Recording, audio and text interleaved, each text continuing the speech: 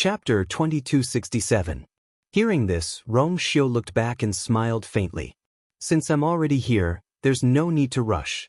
Seeing that he was calm and composed, Sheng Guanjing was also relieved. Rong Xiu was extremely talented and resourceful. He probably already had his own plans and didn't need others to worry about him. Following his line of sight, Sheng Guanjing smiled. It seems that is going quite well. Rong Xiu nodded slightly. Those Xian formations were indeed nothing to her. Sheng Guanjing waved his hand. Keep an eye on that girl and tell her not to be so anxious. I'll go into seclusion for the next few days. Previously, when Chu Luiwei wasn't here, he had been carefully watching over this group of people. Now that Rong Xiu was here, he could finally free up some time. Rong Xiu's thin lips curled slightly. Don't worry. Only then did Sheng Guanjing return to his room. Illusory God Palace. Jin Yunlai walked out of the door and looked into the distance. She's continuing? The commotion on the Star Road wasn't small. It was hard for him not to know. After staring for a while, Jin Yunlai's expression gradually became serious. Chu Liuyue's speed was much faster than he expected. It seems that she's really obtained the mythical flame diagram? Jin Yunlai murmured softly. Previously, Mu Yafeng only sent a message saying that Treasure Pavilion had asked Chu Luiwei to copy the Xian formations on the second floor. But at that time, he wasn't sure which ones were which. But now, everything couldn't be clearer. If she hadn't read the mythical flame diagram, she wouldn't have been able to go so smoothly on the Star Road. It seems that Treasure Pavilion really values her. They're even willing to part with this thing. Jin Yunlai frowned slightly. But he was still puzzled. Because even so, she shouldn't be so fast. The further she went, the more complicated and difficult the profound formations became. However, her speed was not affected at all. This almost made people suspect that she had already memorized all the Xian formations in the entire Xian formation in her mind. But how is this possible? No matter how high her comprehension ability was, it shouldn't be this fast. Perhaps I should find a time to talk to Chu Luiwei. At this moment, a familiar fluctuation came from the front. Jin Yunlai's heart tightened. Then, a figure appeared in the void. The enchanting book and the crimson golden feather also flew out. Jin Yunlai quickly caught the item. Lord Umo, why are you back so soon? He had thought that he would have to wait for several days. Umo smiled faintly. The Celestial Emperor already knows the names on the list. Naturally, it won't take long. What's more, the gate of heaven was still open, and there were many things that the seventh divine emissary had to take care of. Jin Yunlai said respectfully. Yes. This was probably the Celestial Emperor's order. If the Celestial Emperor has any other orders, I will inform you. Umo said. Jin Yunlai responded. Suddenly he thought of something and asked. Lord Umo, wasn't it Lord Yanqing who was in charge of the palace of the illusory god? Why was it suddenly changed to Umo? Umo said faintly. Seventh divine emissary, this kind of thing shouldn't concern you, right? Jin Yunlai was shocked. Only then did he realize that he had crossed the line and immediately took half a step back. Lord Umo, please forgive me. I didn't mean to offend you. Umo stared at him for a while. It's good that you know. After saying that, he turned and left. After a long time, Jin Yunlai let out a long sigh. Chapter 2268. Herb Mountain. Compared to the past, this place was much livelier now. Ever since Xu Jing was reprimanded in public and abolished many of the rules she had set, the celestial physician of the illusionary god palace was no longer restrained and could freely come and go to Herb Mountain. When Xu Jing arrived, she saw such a scene. She looked around and saw that almost every mountain was crowded with people. All kinds of medicinal herbs were constantly being picked. Although this was not the first time she had seen this scene, Xu Jing's heart still skipped a beat. In the past, if these people wanted to get these things, they would have to put in a lot of effort and try to curry favor with her. But now, they no longer put her in their eyes. Even when a few people walked past her, they only greeted her with a simple salute and left quickly. If it was in the past, Xu Jing took a deep breath and suppressed all the messy thoughts in her mind. Now that things had become like this, It was useless for her to think more. She did not want to give up the position of the 8th divine envoy. However, at this moment, she glanced out of the corner of her eye and suddenly saw many people heading towards a certain mountain peak. She was in a daze when she saw a woman leisurely walking over from afar. She was wearing a colorful dress, and her black hair fluttered in the wind. Her graceful figure was fully displayed as she moved. The colorful string on her wrist was decorated with small jade fragments. She only needed to lift her hand slightly to tuck her hair behind her ear, and the sound of the bracelet could be heard. Xu Jing's face immediately turned cold. Those people were obviously heading towards that woman. "Miss Little Hatchie, we meet again. What a coincidence." "Ha! Miss Little Hatchie, did you bring back enough medicinal herbs last time? What have you taken a fancy to today? Why don't I help you look?" "Miss Little Hatchie, I heard that you are quite interested and talented in refining medicine. Why don't we exchange pointers when we have time? How about it?" Extremely earnest voices could be heard one after another. Many young men came to Little Hatchie's side with eager faces. Little Hatchie plucked an ice lotus and smiled lazily. "I've been coming here every day recently, so it's not a coincidence that we've run into each other. Also, there are so many medicinal herbs here, I can take whatever I like. As for sparring..." She blinked, and her thick and long eyelashes trembled slightly. Her beautiful eyes were flowing with light, and it was especially alluring. "I'm not that free. Most of these people were only grand physicians. How could they compare notes with her? If she had the time, she might as well go back and continue refining pills. Ever since she broke through to senior doctor, Big Brother really knew how to squeeze her dry." Thinking of this, she sighed sadly and resentfully. "Besides, I've been very tired recently." Everyone was originally embarrassed by her words, but when they saw her frown, they all felt sorry for her. "If that's the case, we won't disturb you any further." That's right. Little Hatchie, go back and rest as soon as you're done." Finally it was quiet. Little 8 blinked his eyes and smiled in satisfaction. Then he leisurely picked some herbs. These people were really interesting. Previously, because she had offended the 8th divine envoy, none of them dared to say a word. Now that the situation had reversed, they were no longer afraid and followed her. After choosing, she prepared to leave. However, just as she turned around, she felt a gaze that could not be considered kind fall on her. She stopped in her tracks and looked up. Then she smiled. "8th divine envoy, it's been a long time." Xu Jing did not want to pay much attention to her, but seeing the smile on her face, he felt that it was especially dazzling. Although the herb mountain is open now, the herbs inside are especially precious. If you can't make good use of them, it's better not to take so much. It's more appropriate to leave things for others who need them more. Little Hatchie was stunned. "8th divine envoy, why do you say that? Why did this medicinal herb become a waste in my hands?"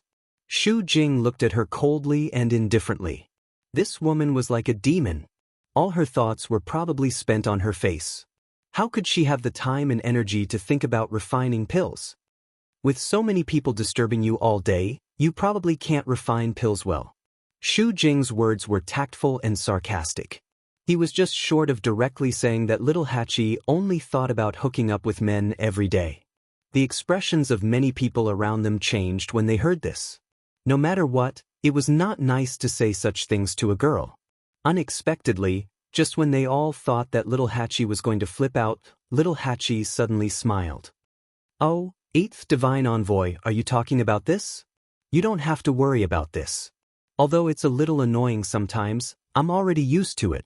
People who don't catch my eye will definitely not disturb me. It's the same no matter how many people there are. Oh, I almost forgot.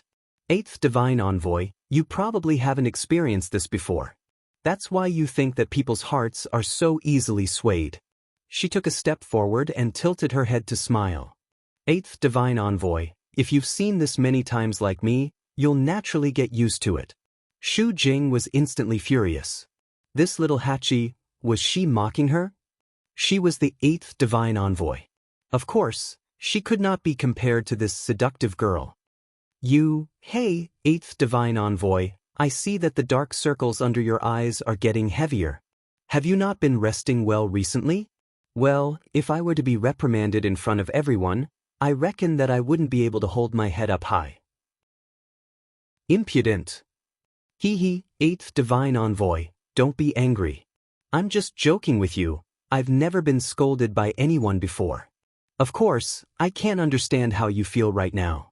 If I've said something wrong, please be magnanimous and don't hold it against me. Xu Jing was already choked to the point that she could not say a word. Only a raging fire seemed to be burning in her chest. She could not wait to tear the girl in front of her apart.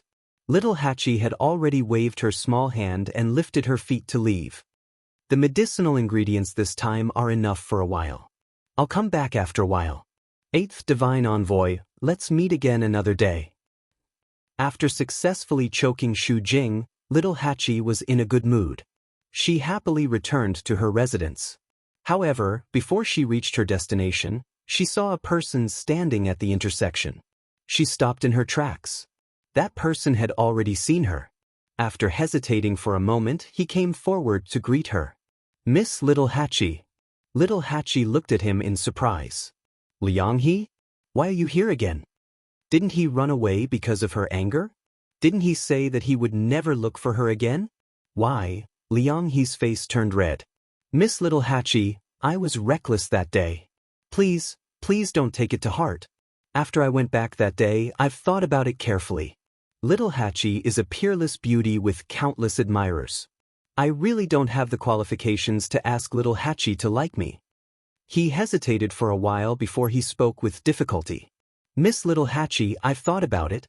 Your proposal that day. I can accept it. Little Hachi? Digression, in the end, a bootlicker will end up with nothing. Chapter 2269. Is Liang He crazy? The corner of Little Hachi's mouth twitched as she took half a step back. This isn't too good, right? Liang He hurriedly said, Lady Little Hachi, I remember you said that the person you like isn't in the Illusion God Palace, right? If he doesn't come, then? Lady Little Hachi, can you consider me for a while? Little Hachi took half a step back. You mean, you want this lady to be with you first, and when he comes, you can leave? Liang He's face was extremely embarrassed, but he still nodded. When he heard Little Eight's words that day, he was indeed extremely angry in his heart. That was why he left angrily after saying those harsh words. But these days, Little Hachi's figure kept appearing in his mind. He couldn't sleep with anyone, and he couldn't do anything else. His entire mind was in a mess. Thus, after thinking for a while, he finally made this extremely difficult decision. Although he also felt that this was very bad, after saying it out loud, his heart felt a bit more relaxed. Of course, he also had his own plans. What kind of place was the Illusion God Palace? How could he come and go as he pleased? Who knows, that person might never come. Even if he came, it wasn't as if he didn't have a way to deal with him. Little Hachi saw that his expression was firm, as if he was really going to do this. She immediately felt unwell. What was this called? After waiting for Little Hachi's reply for a long time, Liang He was also a bit nervous. Lady Little Hachi, what do you think? Little Hachi. Suddenly, a calm and cold voice came from behind him. Little Hachi raised her head and saw that a person had already opened the door to the courtyard. He was holding a sword with both hands and standing upright, looking over with an indifferent expression. It was Yan Qing. Little Hachi widened her eyes in shock, almost suspecting that she had seen wrongly. Wasn't this person in the Peach Blossom Cove? Why did he suddenly come here? After thinking for a moment, she immediately realized something. You followed His Highness here? Yan Qing nodded. His expression was still handsome and cold. His eyes swept across the two, stopping for a moment on Liang He. Liang He's face filled with astonishment. You know me?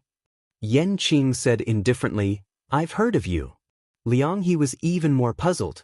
This person didn't seem to be from the Illusion God Palace. You are, from the looks of it, he came from the courtyard and seemed to be very familiar with Little Eight. Yan Qing. Liang He looked, Yanzas His Highness Tian, Ants Hachi Heezes, of. was, she, tease, sheet. She said softly, Yanqing, you're finally here. I've been waiting for so long. Yanqing's body stiffened. He wanted to push her hand away, but when he looked down and saw her beautiful eyes, he suddenly stopped. Liang He was also stunned. Miss Little Hatchie, you are... During this period of time, he had some understanding of Little Hatchie. Although she was enchanting and beautiful, in reality, she was very distant and polite when interacting with other people. Apart from Chu Luiyue and a few others, she was indifferent to most people. She didn't even bother to talk to them. Not to mention such an intimate attitude. Little Hatchie moved forward, intending to hug Yanqing's arm. However, Yanqing was holding his sword with both hands, motionless. It was like an iron cylinder defense. She raised her head and glared at him. She reached out and pinched his waist. Give me your arm. Hurry up. Would it kill him to cooperate with her? However, she didn't manage to twist it. Yanqing's waist was thin. Under his thin clothes, there were tough muscles.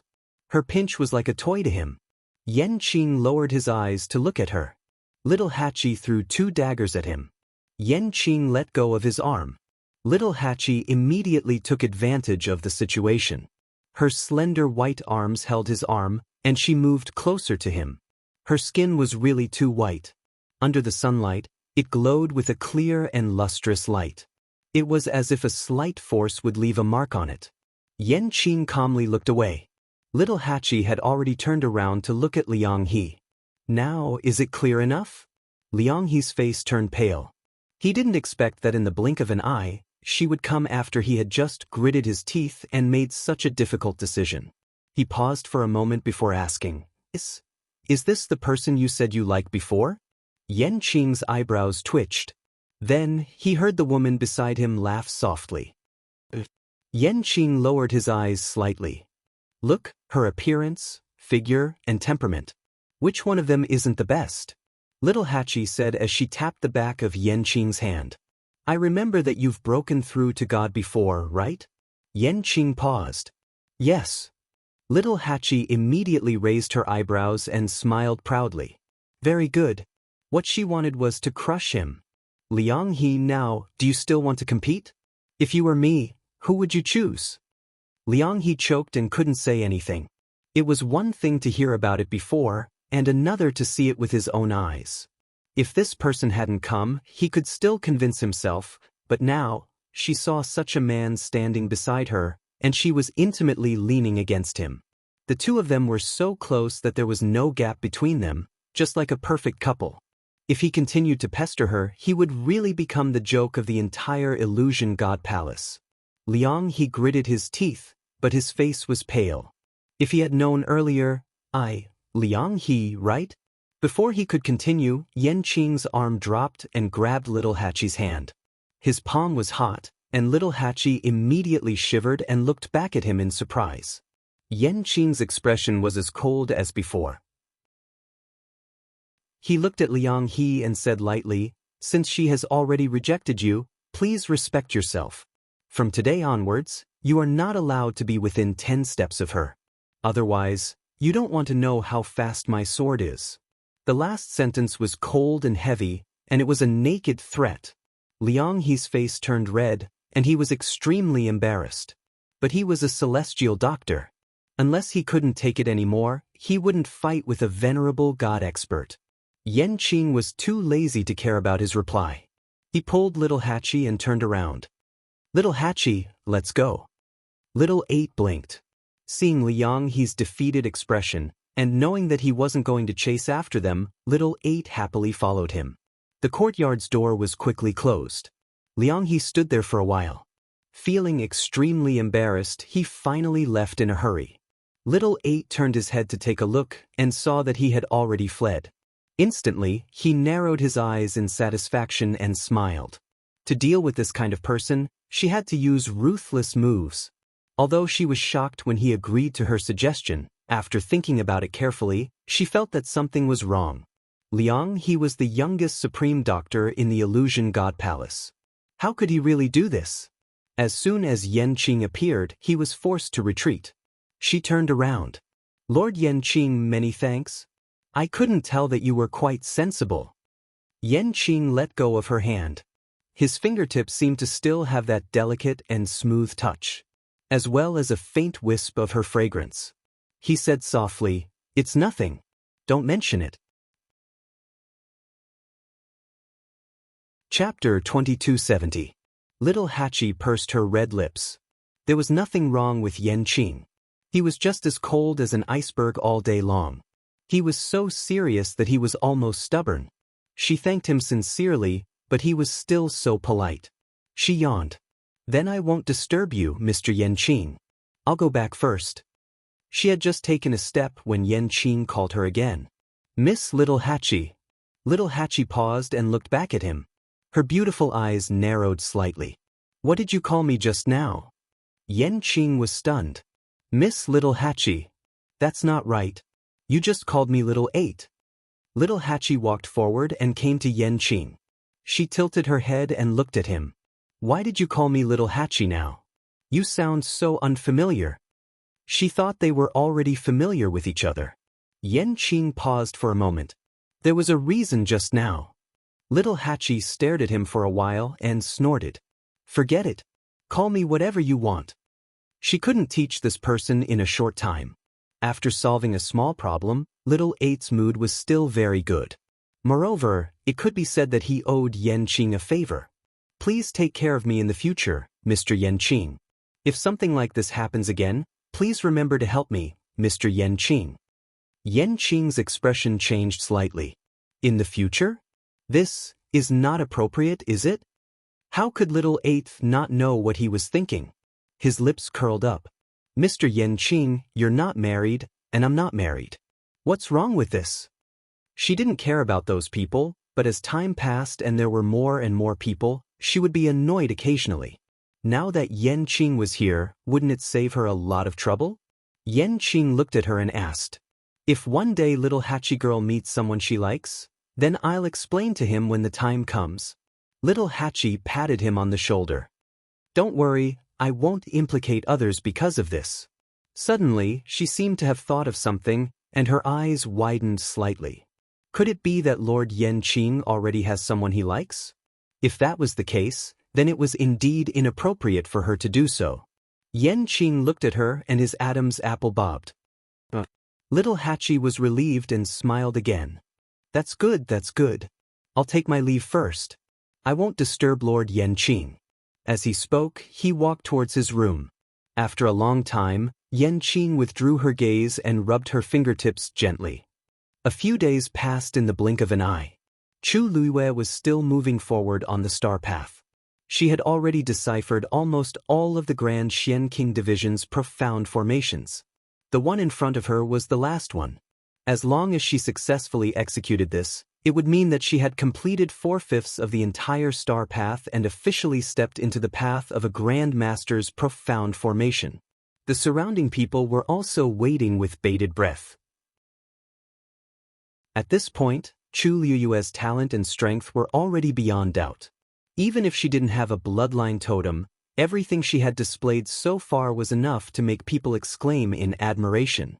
Previously, when she broke Mu Yafeng's record, everyone thought that she was at most a little stronger than Mu Yafeng. But looking at it now, how was it just a little? Chu Luiyue had clearly left Mu Yafeng far behind. Bang! A silver stream of light flew up. A profound formation instantly condensed above Chu Liuyue's head. She raised her head slightly and took a look. Then she let out a long breath. Actually, her mental energy and strength were also greatly exhausted at this time. Her lips were somewhat pale. She closed her eyes and adjusted the aura in her body. Seeing this, everyone couldn't help but look at each other. Is she going to stop? She can't not stop. Isn't she a Grand Xianqing teacher? The profound formations in front are all at the Grand Master level. That's true. But even so, she's still really powerful. This speed, if it were me, I really wouldn't dare to think about it. If she also had a bloodline totem, what would Mu Yafeng do? I reckon that the 7th divine emissary would also treat her differently. What a pity. All kinds of discussions came one after another. There were also some people who quietly looked at Mu Yafeng and observed her expression. It was just that Mu Yafeng was expressionless at this time, so they couldn't see anything. Of course, she was definitely unhappy. If it were anyone else, they probably wouldn't be happy at this time. How could Mu Yafeng not know that these people were looking at her? All these years, because she was highly regarded by the seventh divine emissary, she was pursued by many people and also secretly envied by many people. There were definitely many people who were waiting to see her make a fool of herself.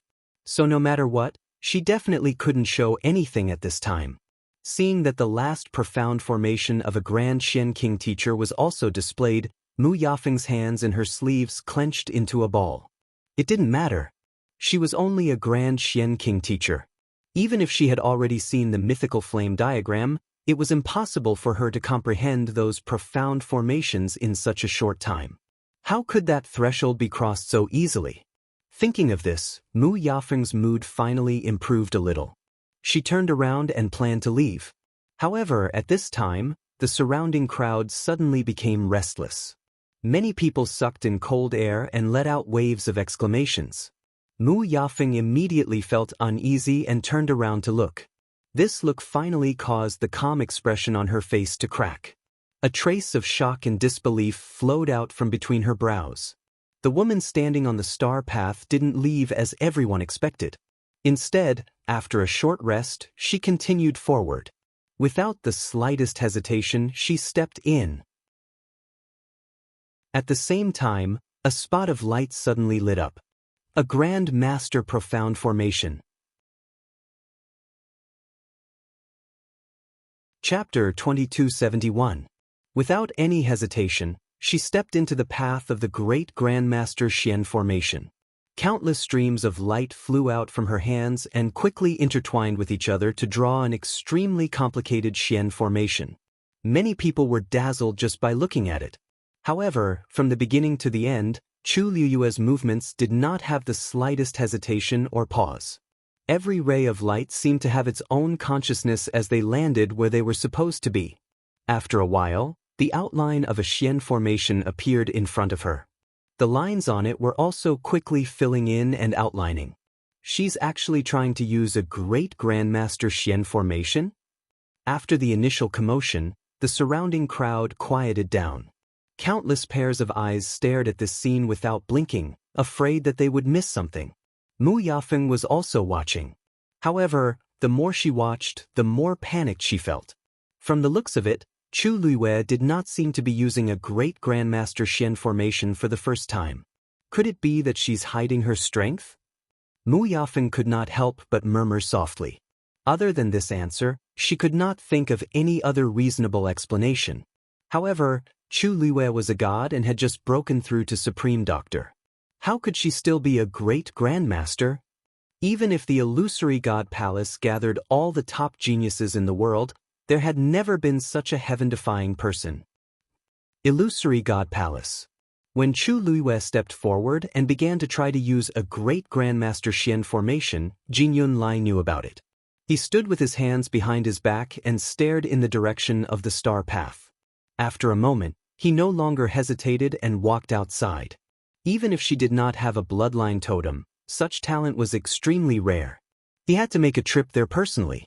When he passed by the Black Jade Square, he glanced out of the corner of his eye and saw Yu Qian standing there. Jin Yunlai stopped in his tracks, half-turned, and bowed in Yu Qian's direction. Second Divine Envoy. Yu Qian asked, "Are you planning to meet Shengguan Yu?" Jin Yunlai was not surprised that he guessed it and nodded. "Yes." Yu Qian smiled. "I heard that he's not even 20 years old yet. To be able to perform so well, it's indeed rare." Jin Yunlai looked at him strangely. Yu Qian's standards were actually very high.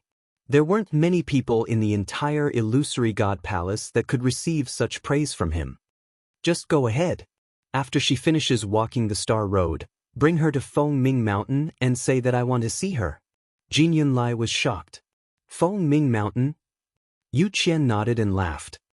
"You probably don't know, but the current young master of the Crimson Gold Sky Phoenix clan is her contracted magical beast." Jin Yunlai walked out of the illusory shrine with mixed feelings and followed the star path. The moment he appeared on the star passage, he immediately attracted the attention of many people. The seventh divine emissary is here. Are you here for Shangguanyu? That must be it, right? After all, Shangguanyu is the only one on the star passage. With such talent and performance, the seventh divine emissary would have already arrived if it were someone else. It's just that Shangguanyu doesn't have a bloodline totem, so it's been delayed until now. Mu Yafeng heard the commotion and immediately looked up. When she saw that it was really Jin Yunlai, she pursed her lips and dug her nails into her palms. Even this person is here. Is Chu Luiwei really going to make a comeback? Bang! A loud explosion sounded. Mu Yafeng turned around in realization and saw a silver profound formation that was much bigger than the one before. It was also much brighter and more dazzling than before. It was like a flower blooming in midair. The bright light illuminated the surroundings, and it also added a layer of faint light to Chu Luiwei, who was standing below. Everyone was silent. The Grandmaster Xian formation was completed. This also meant that Chu Luiwei had officially broken through to the Grandmaster Xian formation. Mu Yafeng's face turned pale and she almost couldn't stand straight. She had suffered too many blows during this period of time. Moreover, they all came from the same person. Every time she thought that she had guessed Chu Luiwei's true cultivation level, the other party would display even more shocking abilities. Looking at the great Grandmaster's Xian formation that had been successfully unleashed, there was a moment where she was completely stunned. She wasn't the only one. Most of the onlookers felt the same way, including Jin Yunlai. He couldn't help but frown as he looked at the woman in a red dress with her hair flying in the wind. You deliberately concealed your strength before this? Chu Luiwei looked up. The Xian formation was displayed perfectly and it was a good start. Only when she heard Jin Yunlai's voice did she retract her gaze, and the corners of her lips raised into a brilliant arc. No, why would the seventh divine emissary say that? Jin Yunlai didn't believe her. If you weren't a grandmaster, how could you have comprehended this Xian formation in such a short time? Even a grandmaster would need at least a month to do so. She hadn't even been in the illusory god palace for that long. Chu Luiwei smiled lightly. Seventh divine emissary, I believe you can tell if I'm hiding my strength or not. As for how I did it in such a short time, the reason is simple. I'm very talented. Jin Yunlai, everyone, no one could refute this answer. Looking at Chu Luiwei's magnanimous and relaxed appearance, Jin Yunlai's heart wavered. Could it be that I really underestimated her before? When she walked the star path last time, I did pay attention. She was indeed a Grandmaster Xian. Did she really break through recently? But this was too, Jin Yunlai frowned. He suddenly understood why the Precious Treasures Pavilion had chosen her. If what she said was true, then the aptitude she possessed was extremely terrifying. Jin Yunlai stared at her for a while and asked again, Do you still want to continue? Chu Luiwei glanced ahead. The Xian formations in this area were relatively simple and wouldn't take too much effort. Jin Yunlai's arrival at this time seemed a little unusual. No. She shook her head and looked at Jin Yunlai. Seventh divine emissary, are you looking for me for something? Jin Yunlai knew that she was very smart, so she didn't hide it and simply nodded. Come with me. After saying that, she turned and walked towards the illusory god palace. Chu Luiwei was stunned. Jin Yunlai had always looked down on her. It was the first time that he took the initiative to look for her like today. Moreover, why was he still walking towards the illusory god palace? Was there anything that he couldn't say here? Chu Luiwei's mind raced.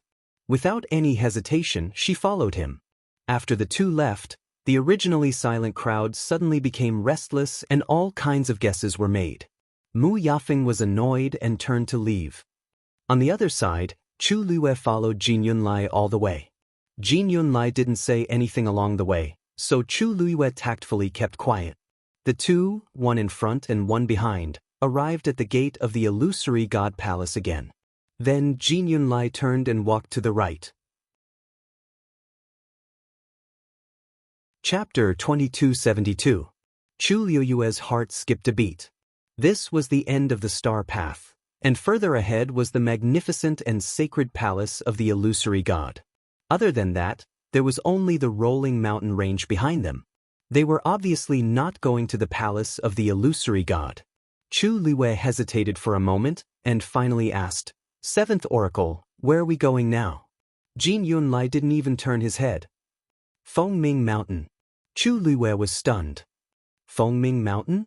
What's that place? Jin Yunlai didn't stop walking. "You'll know when we get there." His voice was as cold as ever, as if he didn't want to say more. Chu Liu's lips moved, and she swallowed the rest of her words. "Yes." Chu Liu continued to follow Jin Yunlai. They were walking along the outer wall of the palace of the illusory god. Because it was still cold and cheerless, there was no one else on the wide road except for the two of them. After all, this was still the territory of the palace of the illusory god. After walking for a while, Jin Yunlai finally stopped. In front of the two of them, there was a translucent barrier that blocked the road. A faint pressure was emitted from it. Even though Chu Liu was already a venerable god expert, she still felt a sense of suffocation in her chest. She frowned slightly, and quietly became alert. "This time, the second oracle wants to see you. You should think about what to say later." Jin Yunlai finally turned around to look at her and said indifferently. Chu Liu was stunned. The second oracle? This identity was already the second in command of the oracles, and even Jin Yunlai and Xu Jing had to treat him with respect. But such a person actually wanted to see her at this time? In an instant, countless guesses flashed through Chu Liu's mind, but her face was as calm as ever. "Thank you for your guidance, seventh oracle." Jin Yunlai nodded when she saw that she was neither servile nor overbearing. Other than his bloodline totem, Chu Liu's performance in other aspects was flawless. He raised his chin. "Go in." Chu Liu felt a little strange. "The seventh oracle is not coming with us?" Jin Yunlai narrowed her eyes. "This is Phoenix Cry Mountain, adjacent to the illusory god palace, and also one of the forbidden areas of the entire illusory god palace. Ordinary people were not allowed to enter." He couldn't do it either. Chu Liu revealed a look of understanding, but secretly snorted in his heart. It turned out that this was the forbidden area that Jin Yunlai had mentioned before. However, he said that it was one of the forbidden areas. The illusory god palace had quite a few forbidden areas. She collected her thoughts and walked forward. She took a step forward, and her figure disappeared behind the barrier. Seeing that she had entered, Jin Yunlai frowned and remained silent for a while. He had always felt that it was inappropriate for the Yuqian to meet Chu Liu here. However, the Yuqian was the second oracle after all. In the current illusory god palace, he had a lot of authority. Especially now that the first oracle had been in seclusion, many things had fallen into the hands of the second oracle. Jin Yunlai suddenly remembered what Xu Jing had said before. The gate of heaven had already opened. Logically speaking, the first oracle should have come out. He pondered for a long time before turning around and leaving. At this moment, Chu Liu passed through the barrier and came inside. She stood still and looked forward. She was stunned. In front of her was a steep and tall mountain. However, there was not a single blade of grass on this mountain. It was just a charred and bare area. It looked as if it had just experienced a big fire. Even the area at the foot of the mountain was barren. There was no sign of life. Standing here and looking at this scene, she seemed to be able to smell the faint burning smell in the air. However, when she looked carefully, she found that many of the stones on the mountain had been polished with traces of vicissitudes. Even if something had really happened here, it did not seem to have happened recently. She suddenly thought of something and looked back. The magnificent illusory god palace was right behind her. However, there was a translucent barrier falling from the sky, separating the illusory god palace and this place. It was as if they were two different worlds. In an instant she understood something. This so-called Fengming Mountain was actually the back mountain of the illusory god palace. The rumors that she had heard before suddenly appeared in her mind. That's right. Xiao Ran once said that tens of thousands of years ago, the illusory god palace had experienced a big fire that almost burned half of the palace. The current illusory god palace took 1,000 years to repair with great difficulty. It was also at that time that the crimson gold celestial phoenix, the guardian beast of the palace, defected from the illusory god palace. Since then, it implicated the entire clan and became sinners. Could it be that this Feng Ming mountain was also? It seems that you are quite interested in the illusory god palace. A gentle and young voice suddenly came. Chu Luiyue looked back vigilantly and saw a person coming from the scorched Feng Ming mountain. His speed was very fast. In a few breaths he arrived in front of Chu Luiyue. When he arrived, there was not even the slightest fluctuation of energy around him. Chu Luiyue's heart trembled. This person's strength was definitely above the god realm. She quickly sized up the man in front of her. He looked to be in his 20s, handsome and gentle. It was really hard to imagine that he was the second divine envoy who controlled the life and death of countless people. At this time, Yu Qian was also looking at her. A faint wave of emotion flashed through his eyes. Greetings, second divine envoy. Chu Luiyue bowed her head respectfully and politely. Yu Qian came back to his senses and slowly smiled. I asked you to come here today because I have something to tell you. He raised his finger and pointed at the Feng Ming mountain behind him. Do you know where this place is? Chu Luiyue was startled. Wasn't this the Feng Ming mountain? Where else could it be? As if seeing through her thoughts, Yu Qian smiled and said, That's right. In the past, the guardian beast of the Divine Master, the crimson gold celestial phoenix, was raised here. Chapter 2273. Divine Master. Chu Luiyue's pupils suddenly shrank. Almost instantly, she understood that the Divine Master that Yu Qian mentioned must be the true master of the palace of the illusory god. So, the crimson gold heavenly phoenix ancestor was not only the guardian beast of the palace, but also the Divine Master personally took care of it? To be able to leave the back mountain of the palace of the illusory god to it, it was enough to show the trust and love that the Divine Master had for it. But she didn't know what happened later that caused the Divine Master to betray and even directly burn down the palace of the illusory god. As it was related to the heavy secrets of the past, Chu Luiyue tactfully didn't answer. Yu Qian put one hand behind his back, slightly raised his head, looked at Feng Mingshan, and sighed softly. The Divine Master treated Yi Ling very well, but unfortunately, it let the Divine Master down. Chu Luiyue slightly pursed her lips. Yi Ling. This should be the name of the crimson gold heavenly phoenix ancestor. Hearing Yu Qian's words, it seemed that everything was as the rumors said back then. Who knew what the truth was? Yu Qian chuckled when he saw that she had remained silent. You don't have to be nervous.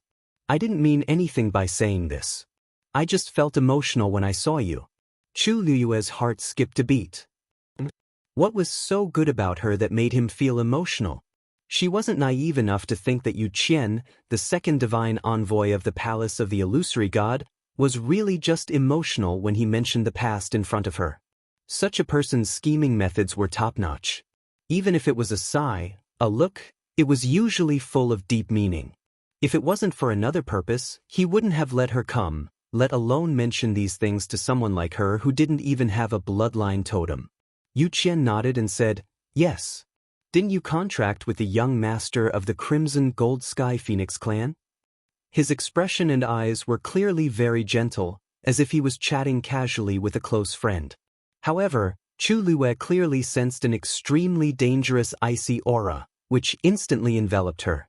Her entire body tensed up. She looked up and fixed her gaze on Yu Qian. She felt a chill run down her spine. At this moment, even the air seemed to freeze. After a while, Chu Luiyue gently nodded. I contracted a crimson gold heavenly phoenix and it has been with me for many years. Why did the second messenger suddenly ask about this? Yu Qian revealed a satisfied expression. He always liked to deal with honest people. He laughed. That's no ordinary crimson gold heavenly phoenix. You have to know that in the past 10,000 years, the entire Crimson Gold Sky Phoenix clan has only produced two people with the purest bloodline. One is Yi Ling, and the other is the one you contracted. Chu Luiyue's heart skipped a beat. Actually, I invited you here today to tell you something. I hope you can break the contract with that crimson gold heavenly phoenix. Yu Qian's tone was very calm, as if he was talking about a trivial matter. Chu Luiyue noticed that he didn't have any intention of compromising in his words. The corners of her lips curled up slightly as she asked with a faint smile. Second messenger, can I say no? Yu Qian's expression was gentle. I'm afraid not. Chu Luiyue shut her mouth. She knew that the other party's attitude was firm. It was useless to continue talking. The other party was the second messenger. His status and strength were much higher than hers. She didn't seem to have any conditions to negotiate with the other party. After a long while, Chu Luiyue asked, Second messenger, what if I don't agree? Yu Qian said, That's a pity. I heard that Taizu of yours has a chance of breaking through to become a refining saint. And those subordinates are also quite talented. By the way, it seems that you brought your husband with you this time? Chu Luiyue's eyes turned completely cold. Master, the seventh messenger has asked the princess to leave. Yan Qing walked into the room and saw Rong Xiu sitting by the window. There was a chess set in front of him. He was holding a black chess piece between his slender fingers.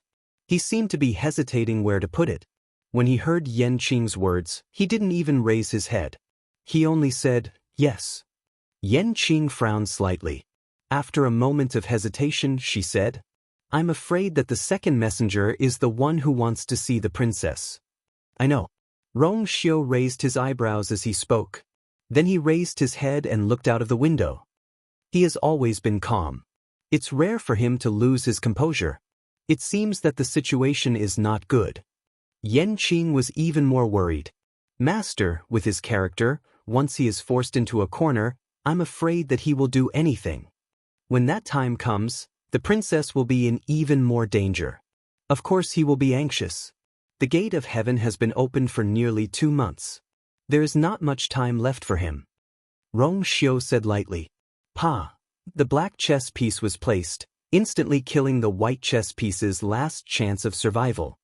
If he wants to hit the wall, let him go. There is no need to stop him. Yan Qing was shocked. Then she suddenly realized something and nodded slightly. Yes. Fengming Mountain. Hearing Chu Luiyue's answer, Yu Qian was not angry. Instead, he smiled slightly. After all, it is an ancient divine beast with a pure bloodline. It is normal that you are not willing to part with it. If it were me, I would not make this decision easily. How about this? I will use a condition to make an exchange with you. What do you want? Just say it. If it were others, they would probably think that Yu Qian was easy to talk to. But Chu Luiyue did not think so. This made her even more vigilant. In comparison, Yu Qian had the absolute right to speak in front of her. Even if she did not agree, could Yu Qian not do anything to her? But when he heard her refusal, not only did he not force her, he even took a step back. This matter itself was full of strangeness. Seeing that Chu Luiyue did not speak for a long time, Yu Qian said again, I see that you seem to be very interested in the palace of the illusory god. If you want to come in, just nod your head. And I can guarantee that you will be treated well in the palace of the illusory god in the future. Chu Luiyue smiled. The second divine envoy is right. I do want to enter the palace of the illusory god. However, as long as I finish the star path, I can achieve this goal. Why should I use dumpling to exchange? Yu Qian suddenly laughed as if he had heard a joke. Shangguan Yu, even if you break all the Xian formations on the star path, it is useless. Because you don't have a bloodline totem, the door of the palace of the illusory god will never open for you. Chu Luiyue did not say anything. However, if you are willing to break the contract with that crimson gold sky phoenix, I can let you have a bloodline totem. In this way, you can enter the palace of the illusory god and even become a god in the future. Why not? Chu Luiyue was shocked. Yu Qian's words meant, I heard that Mu Yafeng offended you before?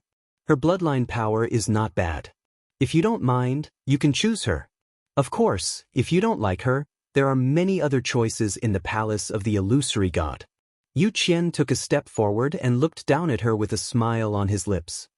As long as you agree to my conditions, all of this will be within your reach. Chapter 2275.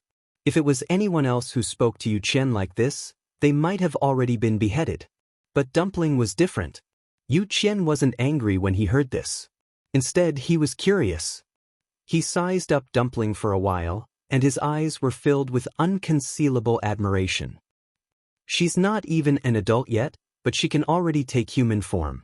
She really has a pure bloodline.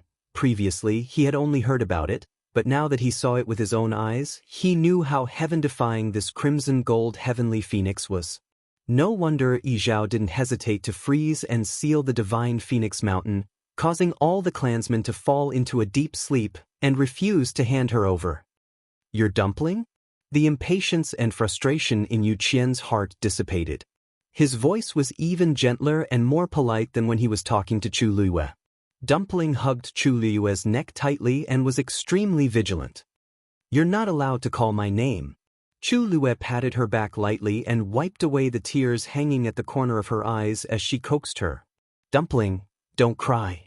Yu won't abandon you. Dumpling pursed her lips as if she was about to cry again, but she held it in and nodded vigorously.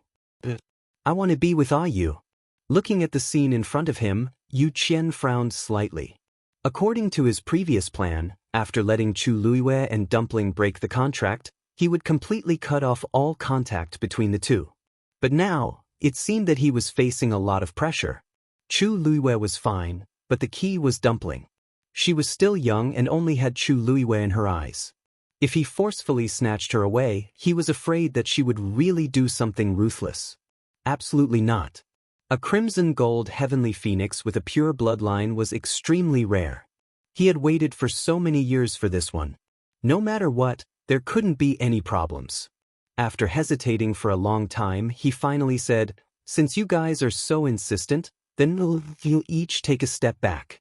From now on, you can come here once a month. Second messenger, I said at any time." Chu Luiyue emphasized. Yu Qian paused. Half a month. Chu Luiyue smiled. Second divine envoy, you are so insincere. It is very difficult for me to agree to your request. Yu Qian gritted his teeth. It was rare for him to lose control like this, but the woman in front of him was really... The two sides were in a deadlock for a long time. Finally, Yu Qian said, "Good. I promise you." In any case, Fengming Mountain was surrounded by a barrier, and there weren't many people here. If she wanted to come, she could just come. What could she possibly do? However, I have to warn you in advance. Phoenix Cry Mountain was a holy land for cultivation for crimson gold heavenly phoenixes. However, this was not the case for the human race. If you insist on coming, I won't stop you as long as you can handle it, Yu Qian said in a deep voice. The corner of Chu Luiyue's lips curled up. You don't have to worry about that. Yu Qian looked at her deeply. However, she had already looked at Dumpling in her arms and comforted her softly. Dumpling, don't be afraid. Just treat it as a change of place to cultivate. In any case, I will often come over to accompany you. Bean-sized crystal tears rolled down from Dumpling's eyes again. Her small body was sobbing, but she didn't say anything else. She only nodded her head while choking with sobs. All right. She knew that this was the best choice for the current situation. Chu Luiyue kissed the space between her eyebrows with heartache. Dumpling, be good. Seeing this, the Yu Qian didn't say anything else. With a wave of his sleeve, a palm-sized white jade token flew out. This is my token. If you want to come to Fengming Mountain in the future, you can use this. Chu Luiyue caught the white jade token. Thank you, second messenger. No need. Yu Qian raised his chin. Now, you can cancel the contract. Hearing this, Dumpling instantly hugged Chu Luiyue even tighter. Chu Luiyue coaxed her for a while more before Dumpling reluctantly let go and stood in front of her. The two of them faced each other. Chu Luiyue looked deeply at Dumpling, then closed his eyes. She gently raised her hand, and a scarlet gold light suddenly flew out from her palm, heading straight for Dumpling. Dumpling's small shoulders trembled, and she also stretched out her hand with red eyes. The same ray of light flew out from her hand.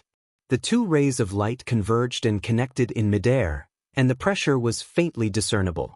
Yu Qian watched from the side, his eyes moving slightly. The aura of the purest bloodline was indeed different. Even Yi Zhao, who had opened his 7th meridian, could not be compared to it. Although he had been checkmated by Chu Luiyue, it was all worth it. Bang! A faint shattering sound was heard. The two rays of light that were connected to each other were also annihilated. Yu Qian's heart settled. In this way, the contract between Chu Luiyue and Dumpling was completely cancelled. He lifted his leg and walked forward. Dumpling, follow me. As he spoke, he had already reached out his hand. However, at this moment, his expression suddenly froze. A rune gradually flashed between Dumpling's brows.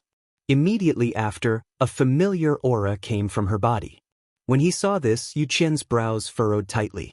He quickly turned around and looked at Chu Luiyue. His gaze was cold and sharp like a knife. When it landed on a person's body, it was almost bone-piercing. Chu Luiyue's heart skipped a beat, and he immediately looked up. Their gazes met, and in an instant, sparks seemed to fly in all directions. Yu Qian's gaze was solid, and it carried a powerful pressure that crushed over. He asked word by word, "Shengguan Yu, is your contract really cancelled?"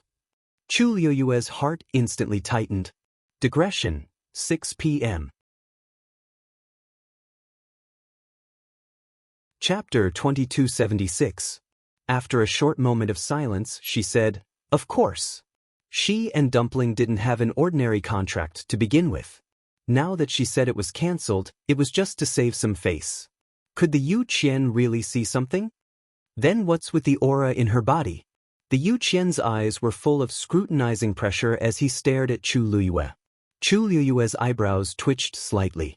Just as he was about to ask, Dumpling asked crisply, "Hey, are you talking about this?"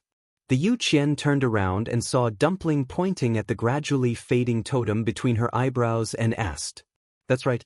The Yu Qian replied affirmatively, but his eyes were still full of suspicion.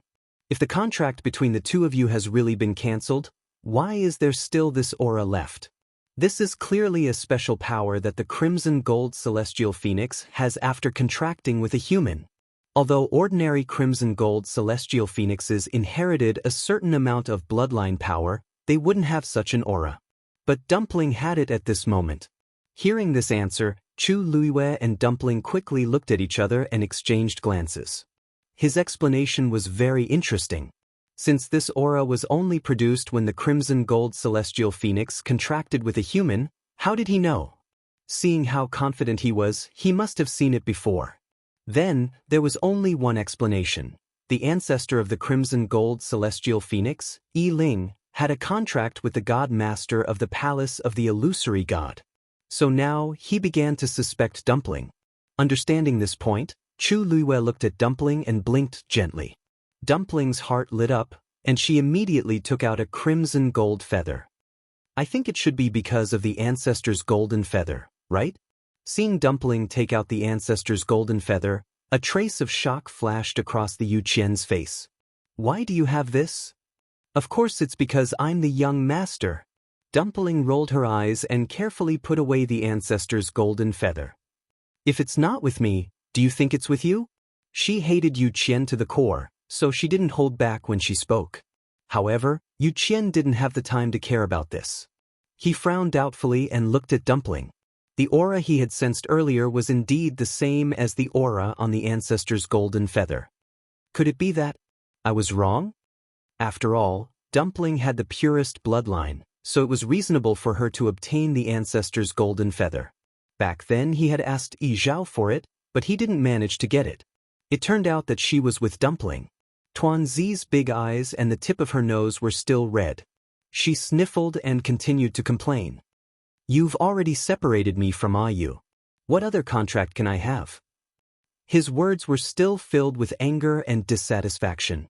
Yu Qian gradually dispelled the doubts in his heart, and his expression eased. "That's for the best. You have the purest bloodline. That kind of contract will only hinder your breakthrough." As he said that, he raised his chin. "Let's go back to Fengming Mountain. After that, you'll be staying here most of the time." Dumpling looked at Chu Luiyue eagerly. "I want you to go with me." Yu Qian paused. He wanted to directly refuse, but seeing that Dumpling was still agitated, he finally nodded and snorted. "All right. As long as she can go up, I won't stop her." With that, he tapped the tip of his foot and took the lead to rush towards Fengming Mountain. On the other hand, Tuanzi turned around, ran over, and hugged Chu Liyue's leg with its shiny little feet. "Ayu, come with me." Chu Liyue bent down and picked her up. "All right. In any case, she would come here many times in the future. She would first go and take a look at the situation on Fengming Mountain." Dumpling hugged her and snuggled into her embrace, her face full of reluctance. Chu Liyue patted her back and rushed towards Yu Qian. Very quickly, Chu Liyue understood why Yu Qian said those words. On Fengming Mountain, there was an extremely powerful pressure. She had only gotten a little closer when she felt as if her chest was being pressed down by something. She felt stuffy and her speed also decreased. A transparent heat wave swept over from the mountain. It was scorching hot. Chu Liyue's forehead was quickly covered in sweat. His back was also quickly drenched in sweat, and then quickly evaporated. Yu Qian turned around to look. Seeing her reaction, he sneered in his heart. The fire that year on Fengming Mountain had directly burned down the entire back mountain. Even though so many years had passed, every inch of land and every piece of rock still retained traces of what had happened back then. Back then, Yiling's 9 meridians had all been opened, and his strength was unparalleled. Even though he had been dead for many years, his power was still there. Even he didn't come here often. Not to mention a god like Chu Liyue. About 15 minutes later, Yu Qian arrived at the peak of Fengming Mountain. He stood with his hands behind his back and waited for another 15 minutes before Chu Liyue and Dumpling finally arrived. The moment her feet landed on the mountain, Chu Liyue's eyebrows twitched, and she summoned her divine body almost immediately. A layer of beautiful soft armor quickly covered her body. With the divine body as a barrier, the burning sensation was finally reduced by a lot. "Ayu, are you all right?" Dumpling asked worriedly. Chu Liyue shook her head. "I'm fine." Because she was worried that she would reveal something in front of Yu Qian, she had stopped borrowing Dumpling's power from just now. That was why it took her a lot of effort to come here. However, as long as she could hide it from Yu Qian, it was all worth it. Dumpling jumped down from her arms. She was barefooted, and her small, white feet stepped on the scorched mountain rocks. Not only did she not look like she was in pain, but she even widened her eyes slightly as she tugged at the corner of Chu Liyue's shirt and muttered, "I'm sorry." "Ayu, it's so comfortable here." Chu Liyue felt relieved. It was fine as long as Dumpling was fine. Yu Qian chuckled at the side. The rocks on the back mountain were specially gathered by the Divine Master for Yiling back then. Not only can they nourish his body, but they can also increase his cultivation speed. Naturally, other places can't compare to them. If it were an ordinary crimson gold heavenly phoenix, they wouldn't be able to withstand it here. However, Dumpling has the purest bloodline, so she won't have this problem. This was why he had to choose this place to meet Chu Liyue. Fengming Mountain was originally prepared for Dumpling. Hearing his words, Dumpling curled her lips. No matter how good the place is, it has already been burned down. What's there to cherish? She still liked to be with Ayu. Yi Zhao knew that she was extremely dependent on Chu Liyue and couldn't change it in a short time, so he didn't pay much attention to it. In any case, Chu Liyue wouldn't come often in the future. As time passed, the relationship between Dumpling and her would naturally fade. "Dumpling, you can cultivate here in the future." Yu Qian's lips curled up. "With your talent, it won't be long before you open your 7th meridian. In the future, it won't even be a problem for you to open your 9th meridian." Chapter 2277. Chu Liyue's heart skipped a beat. The Yu Qian's words, it was as if he really hoped that Dumpling could open her meridians as soon as possible. This was the same as the owner of the eye from before. That person was obviously not the Yu Qian, but there must be some unknown relationship between the two. Otherwise, that eye wouldn't have been able to summon the illusory god palace back in the Red Moon Desert. Even if it was just an illusion, it was enough to explain the problem. They wanted Dumpling to open her meridians, and even hoped that she would open her 9th meridian. Back then, Yiling had opened all 9 meridians, but didn't he betray the illusory god palace? After that, the Crimson Gold Sky Phoenix clan was directly labeled as a sinful clan. Even Yi Zhao was captured and tortured. But Yu Qian's current attitude towards Dumpling was truly suspicious. Dumpling ignored Yu Qian. Yu, can you accompany me to take a look around? Chu Luiwei rubbed her head. All right. With that, the two of them walked to the side. Feng Ming Mountain was steep and towering. Although the top of the mountain was bare, it still contained an extremely shocking amount of power. To Dumpling, it was indeed the best place to cultivate. Walking on the charred mountain rocks, Chu Luiwei's emotions churned as countless thoughts flashed through his mind. All of a sudden, Tuanzi pulled her hand and said, Yu, it's so quiet here. I don't like it. At first, she did feel that this place was very suitable for cultivation, but after staying here for a long time, she felt that this place was too deserted. In the future, when Yu wasn't around, wouldn't it be boring for her to be alone?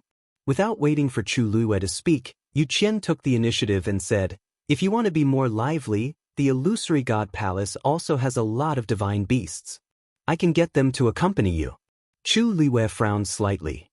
Second divine envoy, this Feng Ming Mountain? I'm afraid ordinary divine beasts won't be able to stay here, right? Yu Qian said softly, it doesn't matter as long as Dumpling likes it. Dumpling glared at him. I don't like it. Wouldn't it be terrible if those magical beasts all died after coming here? Chu Luiwei pinched Dumpling's little face. Dumpling is not angry. There is no sign of life here. It is indeed a bit desolate. How about this? I will leave the 2 Tian baby to you. Dumpling was stunned. Really? Chu Luiwei nodded and took out a 2 Tian baby. He bent down and placed it in Dumpling's chubby little hand. The heaven and earth energy here is abundant. It's just right for me to raise it. Dumpling blinked and nodded vigorously. Good. In the future, Yu should come often too.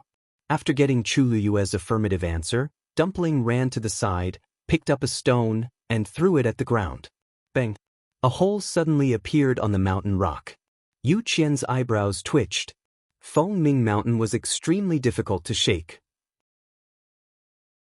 Tens of thousands of years of wind and rain had not left many traces on it. Dumpling just casually threw a stone, and Dumpling buried the 2 Tian baby, revealing only the 2 tender leaves at the top, gently swaying in the wind. That's good. Dumpling clapped her hands in satisfaction. She heard that 2 Tian baby could grow up, so it was very suitable to raise it here. Yu Qian glanced at the 2 Tian baby, but didn't care too much about it. It was just a small toy for Dumpling to relieve her boredom. Chu Luiwei wiped the sweat on her forehead that was still dripping down. Dumpling, I will go back first today. I will come to see you tomorrow. Hearing that, Tuanzi ran over and hugged her reluctantly. Then you must come tomorrow. Chu Luiwei smiled lightly. Yes. Then she took a deep breath and said goodbye to Yu Qian. Yu Qian was naturally happy about her departure. He didn't try to persuade her to stay and directly agreed. However, perhaps it was because Chu Luiwei was still cooperative with Dumpling's matter, or because Dumpling was still here, Yu Qian's attitude was still considered polite. After giving a few more instructions to Dumpling, Chu Luiwei left. After her figure disappeared into the distance, Yu Qian looked at Dumpling. Dumpling turned her back and sat down in front of the 2 Tian baby. Her entire body was filled with disgust for him. Yu Qian didn't mind. As long as she could open her meridians as soon as possible, nothing else mattered. Yu Qian also left quickly. Dumpling was the only one left in the huge Feng Ming Mountain. Her cheeks puffed up in anger as she wiped away the tears hanging from the corner of her eyes and snorted softly. Acting was really not easy. When he got back, he would ask Yu for double the kisses. After Chu Luiwei came out of the barrier, she went straight to her residence. When she returned to the courtyard, it was already very late. Just as she arrived at the door, it opened from the inside. Rong Xiu was standing behind the door. There was a faint smile on his elegant face. You're back. In an instant, Chu Luiwei's tense mind finally relaxed, and a strong sense of fatigue quickly surged up. during this period of time, she had experienced too many things. Previously, the string in her mind had always been taut, but now that she saw Rong Xiu, she finally let go of her guard. She took a step forward and threw herself into Rong Xiu's arms. Leaning against his firm and warm chest, she could even hear the powerful beating of his heart. A familiar cold fragrance wrapped around her. She took a deep breath and hugged his lean waist tightly with both arms. She leaned her head against his chest and rubbed against it. Rong Xiu's heart instantly softened. He wrapped his arms around her shoulders and pulled her into his embrace. Rong Xiu, she muttered softly. In an instant, a cold light flashed across his eyes as he asked softly, "Who bullied my you?"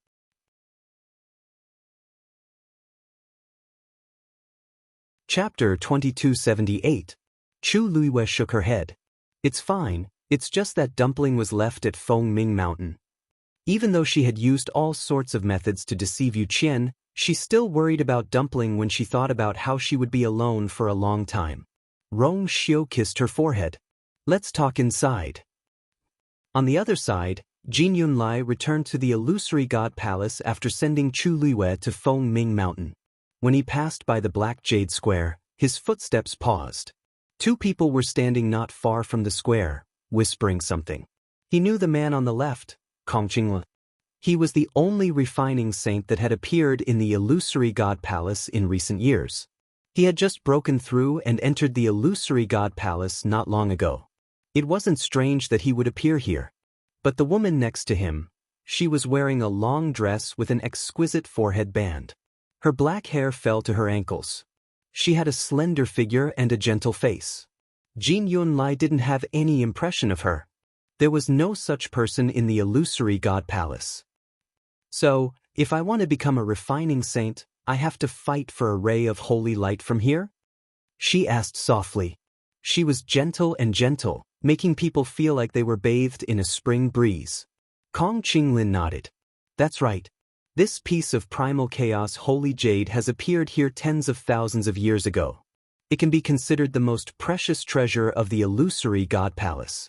It contains thousands of holy lights and has boundless power. As long as you can successfully summon a ray of holy light, you can successfully refine a saint artifact. As he spoke, he looked at Su Li curiously. Speaking of which, I haven't asked yet. You said that you just came up from the Divine Ruins world, but when you came, you were already a refining saint. What's going on? The holy light in it won't leave the illusory god palace. In other words, it was impossible for a refining saint to appear in the Divine Ruins world below. Hearing Kong Qinglin's words, Jin Yunlai immediately understood. It turned out that this was the refining saint that Chu Luiwei wanted to invite. He leaned to the side and listened attentively. In fact, he also wanted to know what was going on. Su Li smiled faintly and explained, Actually, I didn't break through just now. About 10,000 years ago, I was refining a weapon when a strange phenomenon occurred in the sky. A shield flew down. I don't know how, but I managed to successfully forge a saint artifact. Shield? Kong Qinglin was stunned. Su Li raised her hand and pointed forward. Its shape seems to be similar to the missing piece in the middle. Kong Qinglin immediately understood. I see, Su Li sighed softly. Unfortunately, the power contained in the shield was too shocking. After I finished refining the saint artifact, I also died, leaving behind only a remnant of my soul. It wasn't easy for me to revive. Only when I came here did I realize that the shield actually flew out from the illusory god palace. The corners of her lips curved slightly as she spoke softly. I don't know how this happened. Kong Qinglin's lips moved as if he wanted to say something. 10,000 years ago, it was probably because of that riot. But this matter was forbidden in the illusory god palace, so he naturally couldn't say it.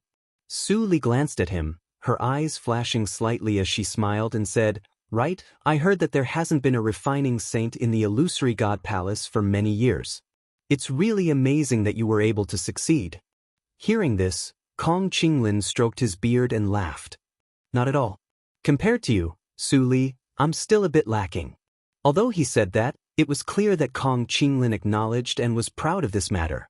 Of course, he had the qualifications to do so. Su Li asked curiously, "Actually, I don't understand.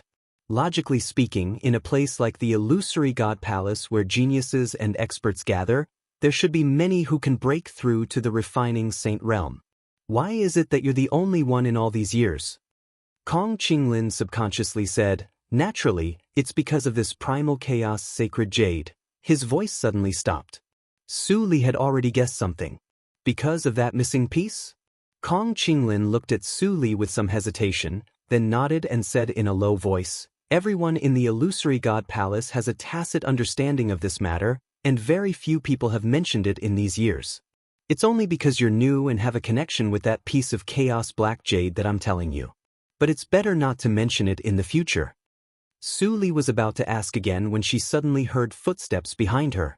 The two turned around at the same time. Seeing who it was, Kong Qinglin was startled and quickly bowed. "Greetings, seventh divine emissary." Su Li was startled. So the person in front of her was the seventh divine emissary? This name was like a thunderclap reverberating in the ears. She originally thought that she would see him when she came to the heavenly gate, but for some reason, the seventh divine emissary didn't appear that day. Today was the first time she officially met this person. Su Li greets the seventh divine emissary.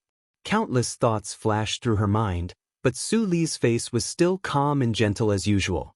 Jin Yunlai looked at her coldly. "To be able to become a refining saint in the divine ruins world, you do have some ability. However, this is the illusory God Palace. If you want to stay here in the future, you'd better be careful with your words and actions. Don't ask what you shouldn't ask, understand?" Was this a warning to her not to continue inquiring about what happened in the past? Su Li's mind raced, but her face revealed a bit of nervousness and she slightly lowered her head. "Yes." Kong Qinglin's heart also hung in the air.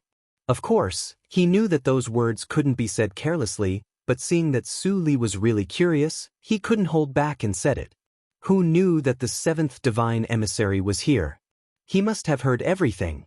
However, just as Kong Qinglin was nervous and worried, thinking that he was going to be punished, Jin Yunlai didn't say anything more and turned to leave.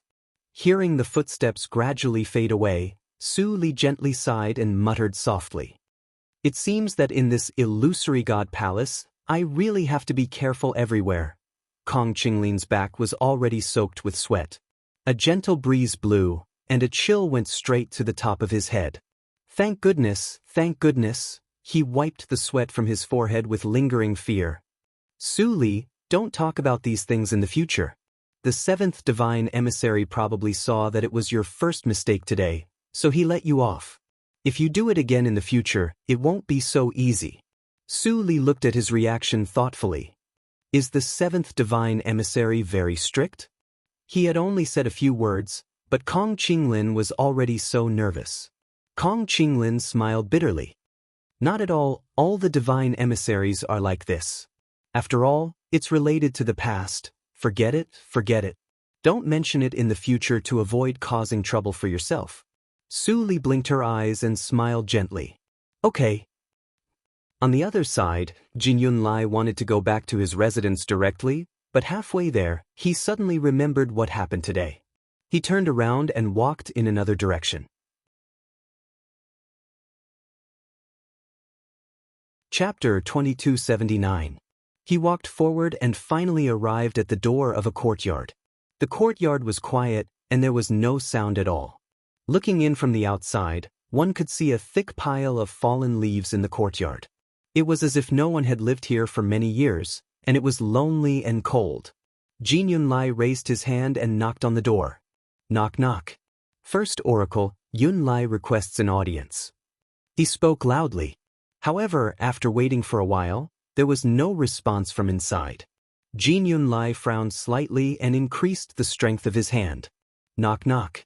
First Oracle, I have something important to report to you. Still, there was silence.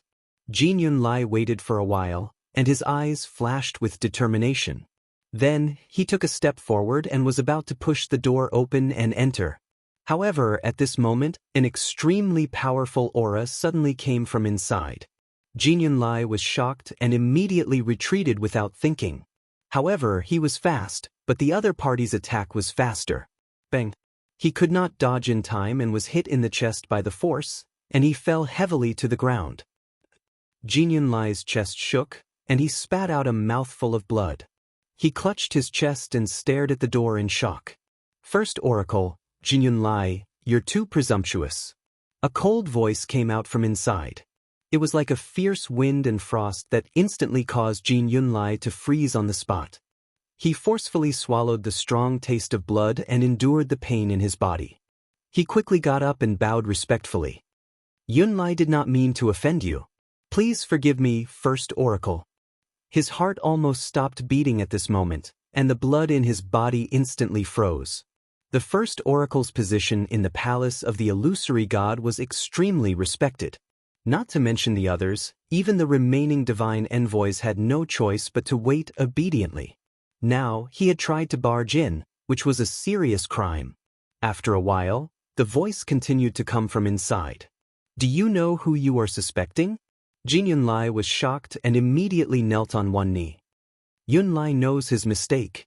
Bang! His knee landed heavily on the ground, making people's scalps go numb. This time, it almost made people think that his knees were going to shatter because of this. The courtyard fell into silence once more. Jin Yunlai's heart seemed to be tightly gripped by something, and she didn't dare to breathe. An extreme sense of unease welled up in his heart. He rarely felt this way. But now, he was facing the first divine envoy. The reason why he did what he did just now was because he was suspicious of the First Oracle. For so many years, the first divine emissary had never stepped out of the courtyard. Xu Jing and the others had repeatedly requested to see him, but he had never agreed. Until now, even the authority of Feng Ming Mountain had been completely handed over to the second divine envoy. Jin Yunlai did not understand. Why did the First Oracle give him all his authority? Why did he stay in this small courtyard and refuse to come out? He could not help doubting it. Therefore, the reason why he took the risk earlier was to test the waters. What was certain was that the first divine envoy was indeed inside. And his strength seemed to have improved compared to before. Just now, if he wanted to, Jin Yunlai's life and death would be in his hands. There won't be a next time. After a long time, the voice finally sounded again. Jin Yunlai let out a long sigh of relief. Thank you, First Divine Envoy. He bowed respectfully and slowly got up. Yunlai will take his leave. There was no response from inside. Jin Yunlai turned around and left. However, just as he took a step, he suddenly paused. After hesitating for a while, he finally turned around and looked at the tightly shut courtyard door. First Divine Envoy, are you really at ease to entrust Feng Ming Mountain to the second divine envoy? He invited Shangguan Yu over today. After a pause, he said again, if everything goes smoothly, the young master of the Crimson Gold Sky Phoenix clan will stay in Feng Ming Mountain from now on. He has his reasons for doing so. The voice was calm, as if he didn't care too much. Since he's in charge of Feng Ming Mountain now, he can naturally make the decision. If you have any objections, you can directly talk to him. There's no need to come here. But, Jin Yunlai wanted to say something but hesitated. But these should be the matters of the first divine envoy. He knew what these things meant, but he didn't seem to have any intention of making a move. Could it be that this was his intention all along? Jin Yunlai couldn't figure it out. No matter what, he couldn't go to the second divine envoy. After so long, he knew very well what kind of person the Yuqian was. He usually seemed gentle, but in reality, he was extremely strong. If anyone dared to oppose his decision, he would definitely be dissatisfied. Only the first divine envoy could restrain him a little, but now the first divine envoy didn't seem to have any intention of interfering. What had the first divine envoy been busy with all these years? If it was in the past, he would definitely not let the Yuqian do as he pleased. But it seemed that the first divine envoy wouldn't see him today. Jin Yunlai clenched his fists and stood there for a long time before finally bowing slightly. Yunlai understands. After saying that, he finally left. After he left, The courtyard once again fell into silence. A wind blew, sweeping up the broken leaves in the courtyard, revealing a murderous aura. Suddenly, something seemed to be moving under the pile of leaves. That voice came again. I know you want to go to Fengming Mountain, but now is not the time. The commotion under the pile of leaves finally died down. Jin Yunlai raised his hand and wiped the blood from the corner of his mouth. His expression had returned to normal. Although what he did just now was dangerous, he didn't regret it. At the very least, it dispelled the doubts in his heart. Although he still didn't know what the first divine envoy was planning, he could finally feel at ease. If he didn't want to see him, then so be it. Thinking of this, his hanging heart could be considered to have settled down. Suddenly, a figure hurriedly walked past him. Jin Yunlai was suddenly stunned. Xu Jing? Shouldn't she be at Herb Mountain at this time? What was she doing in such a hurry? Jin Yunlai looked in her direction and frowned slightly. Sixth divine envoy? She arrived in front of a courtyard and pushed open the door with ease. Then she went straight into the room. As soon as she entered, a faint smell of blood assaulted her nose. She frowned slightly and immediately turned around to close the door. The doors and windows of the room were tightly shut, and it was very dark. Coupled with the smell, it was even more uncomfortable. Although she had been here several times, she was still not used to it. Xu Jing calmed herself down and bowed in the direction of the screen. Sixth divine envoy, I'm here. A moment later, a hoarse voice sounded. Put everything down. Yes. Xu Jing responded, took out a jade box, and placed it on the table next to her. Chapter 2280. There was a hint of displeasure in that coarse and hoarse voice. Only one. Xu Jing said, after all, this is a medicine at the level of a medical sage. It's extremely difficult to refine. The man chuckled. But it's been many years since you became a medical sage. I can only say that your skills haven't improved much over the years. Xu Jing's expression stiffened for a moment, and a cold look flashed across her eyes. No one liked being said such things, let alone Xu Jing. It's extremely difficult to improve after becoming a medical sage. You can't say that. The person who was in charge of the Herb Mountain was much more efficient than you after becoming a medical sage. Xu Jing's expression turned completely cold. Sixth divine emissary, if you're not satisfied with me, you can find someone else to help you. She wanted to know who else in the illusory god palace could help her. That voice laughed softly. Why are you in such a hurry? Anyway, the Herb Mountain is already yours, and no one will fight with you for it. Then, a black rope flew out from behind the screen and took the jade box away. Xu Jing stood with her hands by her side and said coldly, how do you know? What's more, my authority over the Herb Mountain has been revoked. How can this Herb Mountain be considered mine? I heard about this, and it's indeed a bit sudden. But you can't completely blame others for this. Who told you not to restrain yourself before? If you weren't so anxious, you probably wouldn't have fallen to this state. Xu Jing didn't want to talk about this. Her mood was already bad enough, and she couldn't bear to hear other people's criticism. Sixth divine emissary, if you have the time and energy, you should think more about yourself. Xu Jing said coldly. Even with the help of my pill, it's still very difficult for you to reconstruct your divine body. The voice behind the screen was silent for a while. Of course I know that. Xu Jing's eyes flashed slightly, and she asked tentatively, actually, I haven't asked you before, but your injuries, what's going on? To be able to injure the sixth divine emissary to such an extent, it was obvious that the opponent wasn't an ordinary person. However, the sixth divine emissary did not seem to have any intention of telling her this. It's all in the past anyway. There's no point in telling you. Xu Jing was really curious, but she couldn't get anything out of the sixth oracle, so she could only change the topic. By the way, do you know what happened to the first oracle recently? The gate of heaven had been open for 2 months, but he had not stepped out of the gate even once. I went to ask for an audience, but I never received permission. The matters of the first divine envoy are not something you and I can interfere with. If you have the time, you should go back and think about how to improve your strength. Before Xu Jing could finish, the voice inside the room interrupted him in a hurry. He spoke very quickly and his tone was tense. It was very different from usual, as if it was filled with deep fear. Xu Jing frowned. Although the divine envoys were extremely respectful to the first divine envoy, it didn't seem to be to such an extent, right? Why did the sixth divine emissary change so much when he returned this time? She pursed her lips and took a step forward. Mo Shiqian, do you know something? That's how it is. In the room, Chu Luiyue briefly explained the matter to Rong Xiu.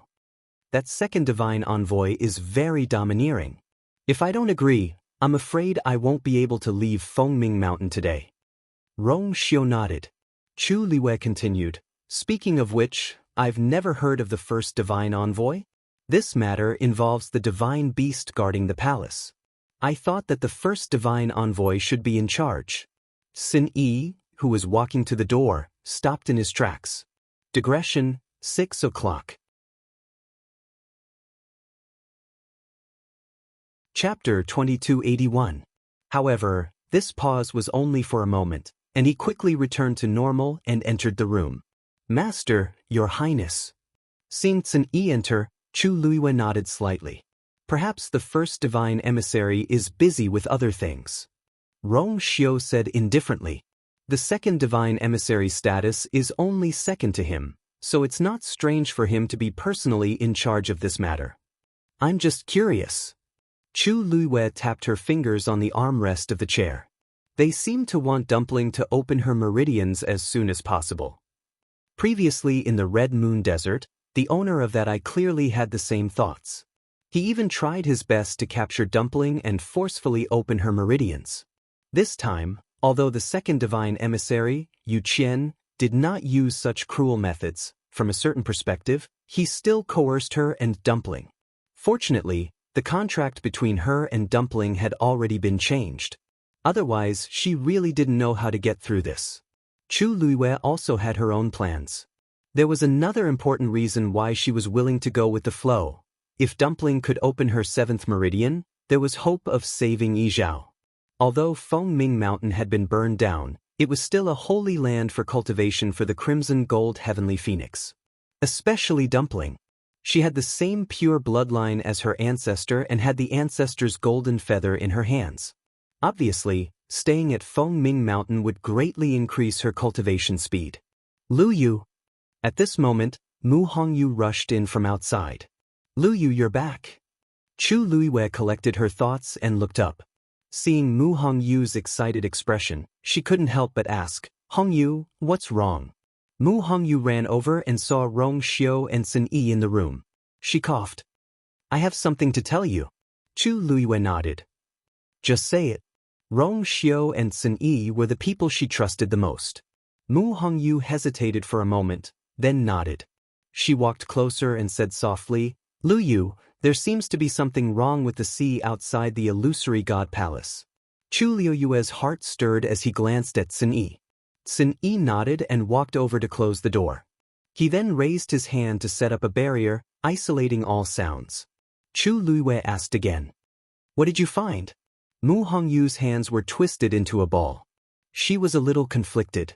The master might be under that sea. Chu Luiyue's eyes flickered. How can you tell? Did you notice something? Mu Hongyu sighed and explained. Actually, when I came that day, I felt that the sea was a little strange, but I didn't take it to heart at that time. I've been thinking about it for the past few days and finally noticed something strange. Lu Yu, the spatial power under that sea is very complicated. It seems to be master's work. Chu Luiyue was stunned. The reason why she guessed that Diwu Zhangze was imprisoned under that sea was because she heard a faint, painful groan when she left last time. That voice was definitely Diwu Zhangze's. She couldn't have heard wrongly. When Mu Hongyu came to say that there was something wrong with that sea, she thought that she had encountered the same situation as her. She didn't expect. You can sense the changes in the spatial power below? Mu Hongyu nodded and gestured with her hands. That's right. Under normal circumstances, the spatial power above and below the sea should be about the same. But when we passed over the sea that day, I discovered that there seemed to be several forces intertwining with each other. It was extremely chaotic. Later on, when I thought about it, it was indeed a mark that Master deliberately left behind. Other than him, I don't know anyone else who can do such a thing. She furrowed her brows nervously. But this is only my guess. I have to go down and see for myself whether it's true or not. I just feel a little uneasy, so I came over to tell you. There's no need to guess. It should be true. Chu Luiyue softly interrupted her. Then, she briefly recounted what happened earlier. I was only suspecting it at first. But if even you say so, then this matter is most likely true. The room fell into a short dead silence. Mu Hongyu finally came back to her senses. But, who exactly did Master offend to be imprisoned under that sea? Anyone who had been to that sea knew what kind of shocking and ferocious power was hidden in the surging waves. Once a high god powerhouse fell into it, there would be nothing left of him in a few breaths' time. He wouldn't even have the time to struggle and ask for help. Even if Diwu Zhangze was stronger, he would definitely be tortured inhumanly if he was imprisoned in that place. Chu Luiyue didn't say anything. She had the same question in her mind. Not only Diwu Zhangze, but also Dugu Mabao and Lan Xiao. The three of them were first trapped in the Red Moon Desert and didn't see the light of day for tens of thousands of years. Then, they were brought here and imprisoned separately. It wasn't that she didn't have any guesses. Dugu Mabao and the other two must have some kind of relationship with the Illusory God Palace or the Illusory God Palace. Because of some reason, they were punished like this. But now that she didn't have any more clues or evidence, she naturally couldn't make any guesses. Mu Hongyu suddenly grabbed her hand and whispered, "Don't worry. Lu Yu, I want to go down to that sea to take a look." Chu Luiyue frowned. Mu Hongyu nodded. "But you're still a high god. If you go down rashly, I'm afraid Master left a space under the sea. I can go there." Mu Hongyu said. Chu Luiyue's eyes lit up. "Really?" Mu Hongyu nodded. "So, the only problem now is that it's a bit difficult to get out of the Heavenly Gate. The Heavenly Gate of the Illusory God Palace was heavily guarded.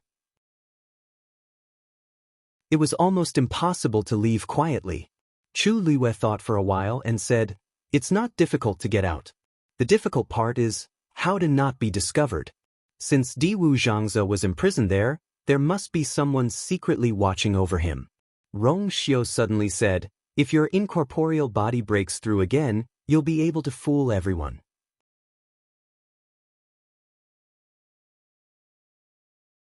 Chapter 2282. Mu Hongyu looked at Rong Xiu in surprise. "Your Highness, do you mean Senior Diwu was in the Mahayana realm of the void body back then? Now that you're only in the minor realization realm, you naturally have many limitations. If you can break through to the Mahayana realm, you can cross all space barriers.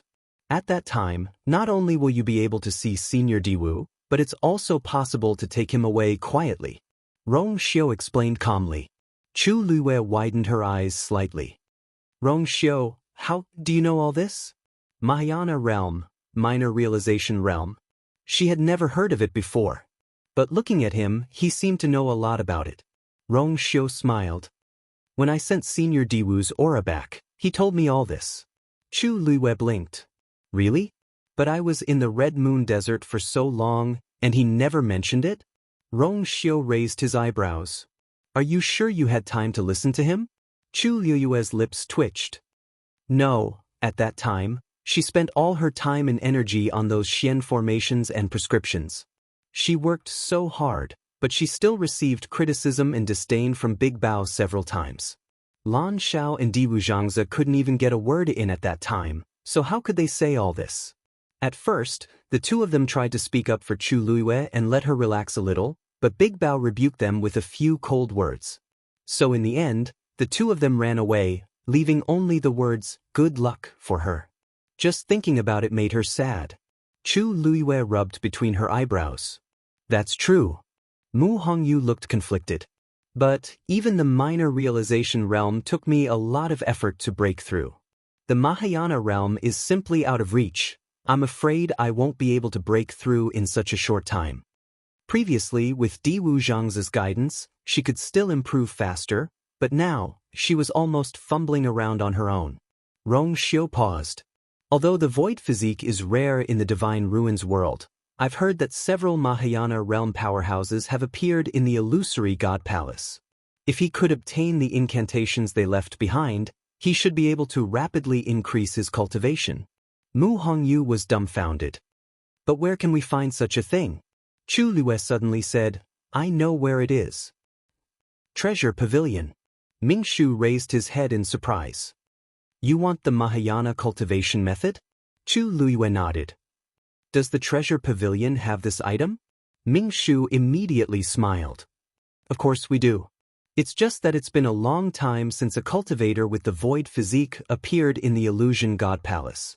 That's why the second boss ordered us to put these things away. If you want it, I can help you find it. Chu Lue heaved a sigh of relief. Thank you, Lord Ming. Ming Shu smiled.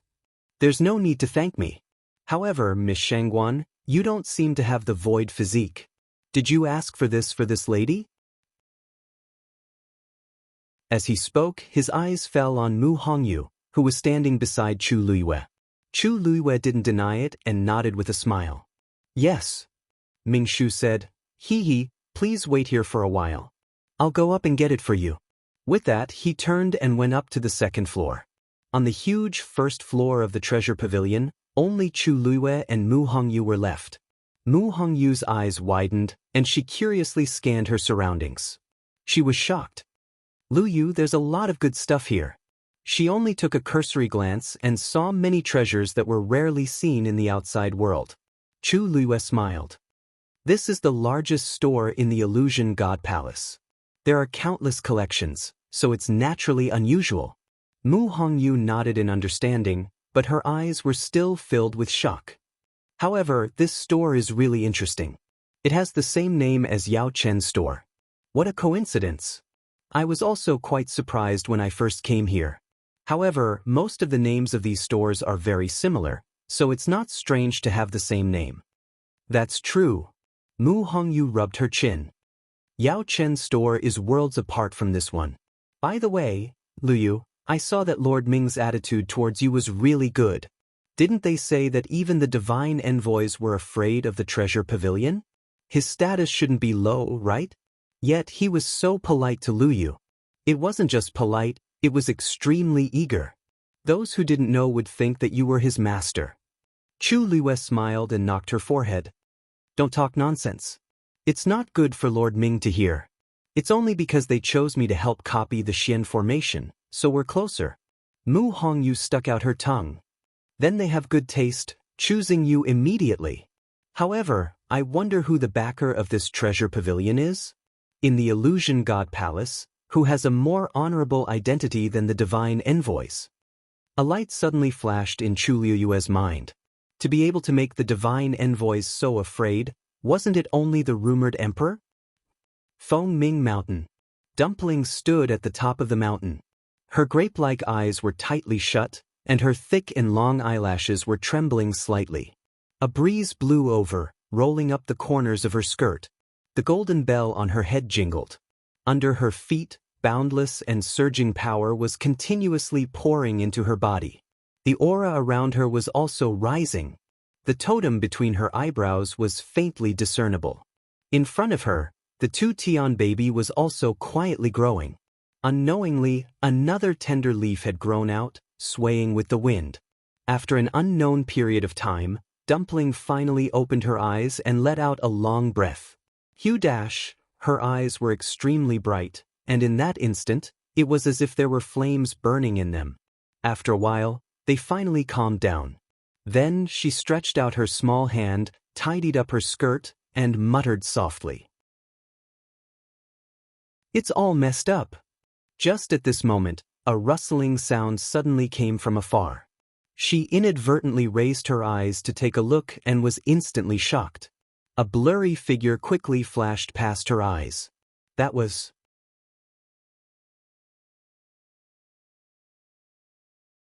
Chapter 2283. Dumpling suddenly widened her eyes. She quickly took 2 steps forward, wanting to take a closer look, but the shadow had already disappeared from her line of sight. There was nothing in the air, as if nothing had ever appeared. Dumpling rubbed her eyes. Did I see wrongly? Why did she feel like she had seen it just now? But that was impossible. She frowned deeply. No matter how she thought about it, she felt that something was wrong. Let's wait for Ayu to come over and ask. She nodded thoughtfully. Whoosh! The sound of energy surging came from the side. She turned her head to look.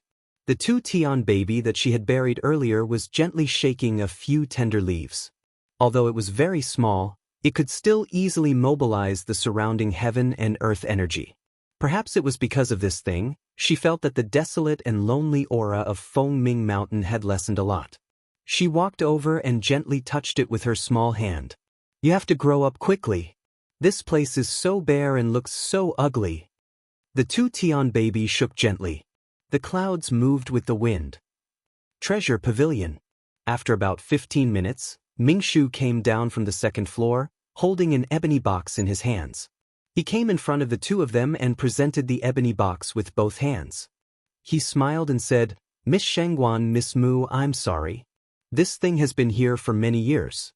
It took me some effort to find it, so I'm late. Please take a look. Chu Liuyue's lips curved up. Lord Ming, you're too polite. We have a favor to ask of you.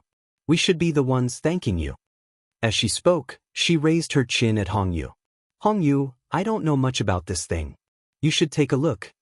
Mu Hongyu tried her best to suppress the excitement and curiosity in her heart as she took the ebony box. The box was not locked and could be opened directly. There was a book inside. Mu Hongyu took the book out and opened it. Her almond-shaped eyes instantly lit up. This is indeed a Mahayana cultivation technique. She looked at Chu Luiyue and could no longer hide the smile on her face. Chu Luiyue also laughed. The precious treasure pavilion was really amazing.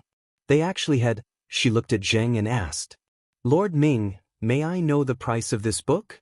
Before he could finish, Yu waved his hand with a smile. Miss Shangguan, Miss Mu, take this as a free gift from the treasure pavilion to the two of you. Chu Luiyue and Mu Hongyu were both stunned. Free gift? Lord Ming, I'm afraid this isn't appropriate? Chu Luiyue said hesitantly. One didn't need to think to know how precious this book was. The treasure pavilion actually gave it away just like that? No matter how generous he was, he shouldn't have come here like this, right? Mu Hongyu was also stunned. This shop is so lavish, he explained with a smile. The two of you may not know this, but the illusory god palace hasn't had an incorporeal body for more than 1,000 years. Even if we go back 10,000 years, there were only 3. However, those 3 people passed away before they could reach the initial realization realm. Miss Mu, if I'm not wrong, you just reached the initial realization realm, right? Mu Hongyu nodded. That's it. Miss Mu, you came from the Divine Ruins world and have already reached the initial realization realm at such a young age. Your future is almost limitless. It's only a matter of time before you reach the Mahayana realm. This thing is useless in our precious treasure pavilion. It's just going to be shelved and gathered dust for no reason. However, if it's given to Miss Mu, it will be of great use. There was undisguised admiration in Ming Shu's eyes. Take this book as a gift from the treasure pavilion to you. Please don't stand on ceremony, Miss Mu. Mu Hongyu blinked. Was this because they were interested in her talent, so they were giving her this book as a sign of goodwill? But this was too precious. She instinctively looked at Chu Luiyue. Chu Luiyue pondered for a moment. The treasure pavilion's intention could not be more obvious, and it was reasonable. However, even if they thought highly of Mu Hongyu, it seemed a little overboard to give her a Mahayana realm cultivation art like this. As if seeing the two's hesitation, Ming Shu stroked his beard and smiled. Actually, the two of you don't have to be so troubled. The incorporeal body was an extremely rare cultivation body. Its cultivation method was poles apart from that of ordinary cultivators. Even if this book fell into their hands, they would not be able to understand it. To most people, this was not a treasure, but a meaningless book. Now that Miss Mu had this talent, they naturally could not waste it. In short, it was just a favor at no cost. Hearing him say this, Chu Luiyue could not refuse. After all, this was the purpose of their visit. In that case, thank you, Lord Ming. Mu Hongyu immediately smiled. Thank you, Lord Ming. Ming Shu chuckled. It's a small matter, not worth mentioning. I hope Miss Mu can successfully break through to the Mahayana realm as soon as possible. Chu Luiwei turned to look at Mu Hongyu. Hongyu, you go back first. There are still some Xian formations here that have not been copied. This could be considered a return gift to the treasure pavilion. Mu Hongyu responded and quickly left. Chu Luiwei then went up to the second floor. She had already deciphered all the Grand Xian King Master's Xian formations on the star path, and now only the Great Grandmaster's part was left. Chu Luiwei stayed in the room on the second floor for a long time. Not only did she copy all the Grand Xian King Master's Xian formations on the mythical flame diagram, she also tried to practice with a few Great Grandmaster's Xian formations. Although the difficulty had increased by a lot, everything was still going smoothly. It was just that it consumed a lot of time and energy. These were all small problems for the current Chu Luiwei. After she was done, she leaned back in her chair and closed her eyes to rest. Everything that happened just now was still replaying in her mind. The corners of her lips curled up. Now, she really wanted to meet the second master of the treasure pavilion, as well as the rumored first master. Ming Shu's explanation just now did not sound wrong, but after thinking about it carefully, Chu Luiwei realized that there was actually a huge logical problem. It was understandable that the treasure pavilion wanted to rope in a genius like Mu Hongyu, who had the intangible body. But the key was, they did not have to do so. Yes, the intangible body was very rare, but Mu Hongyu was still in the initial realization realm. It was still uncertain whether she could break through to the Mahayana realm. Even if she really did break through to the Mahayana realm, the treasure pavilion did not seem to need to curry favor with her. After all, even the divine envoys had to be polite to them. The treasure pavilion, who had a powerful backer, did not need to curry favor with anyone. Suddenly, the sound of a door opening came from outside. Chu Luiwei stood up and walked outside. She was very fast. When she came out, she saw Ming Shu walking out of a room at the end of the corridor. Through the half-open door, a figure was faintly discernible. Chu Luiwei narrowed her eyes slightly.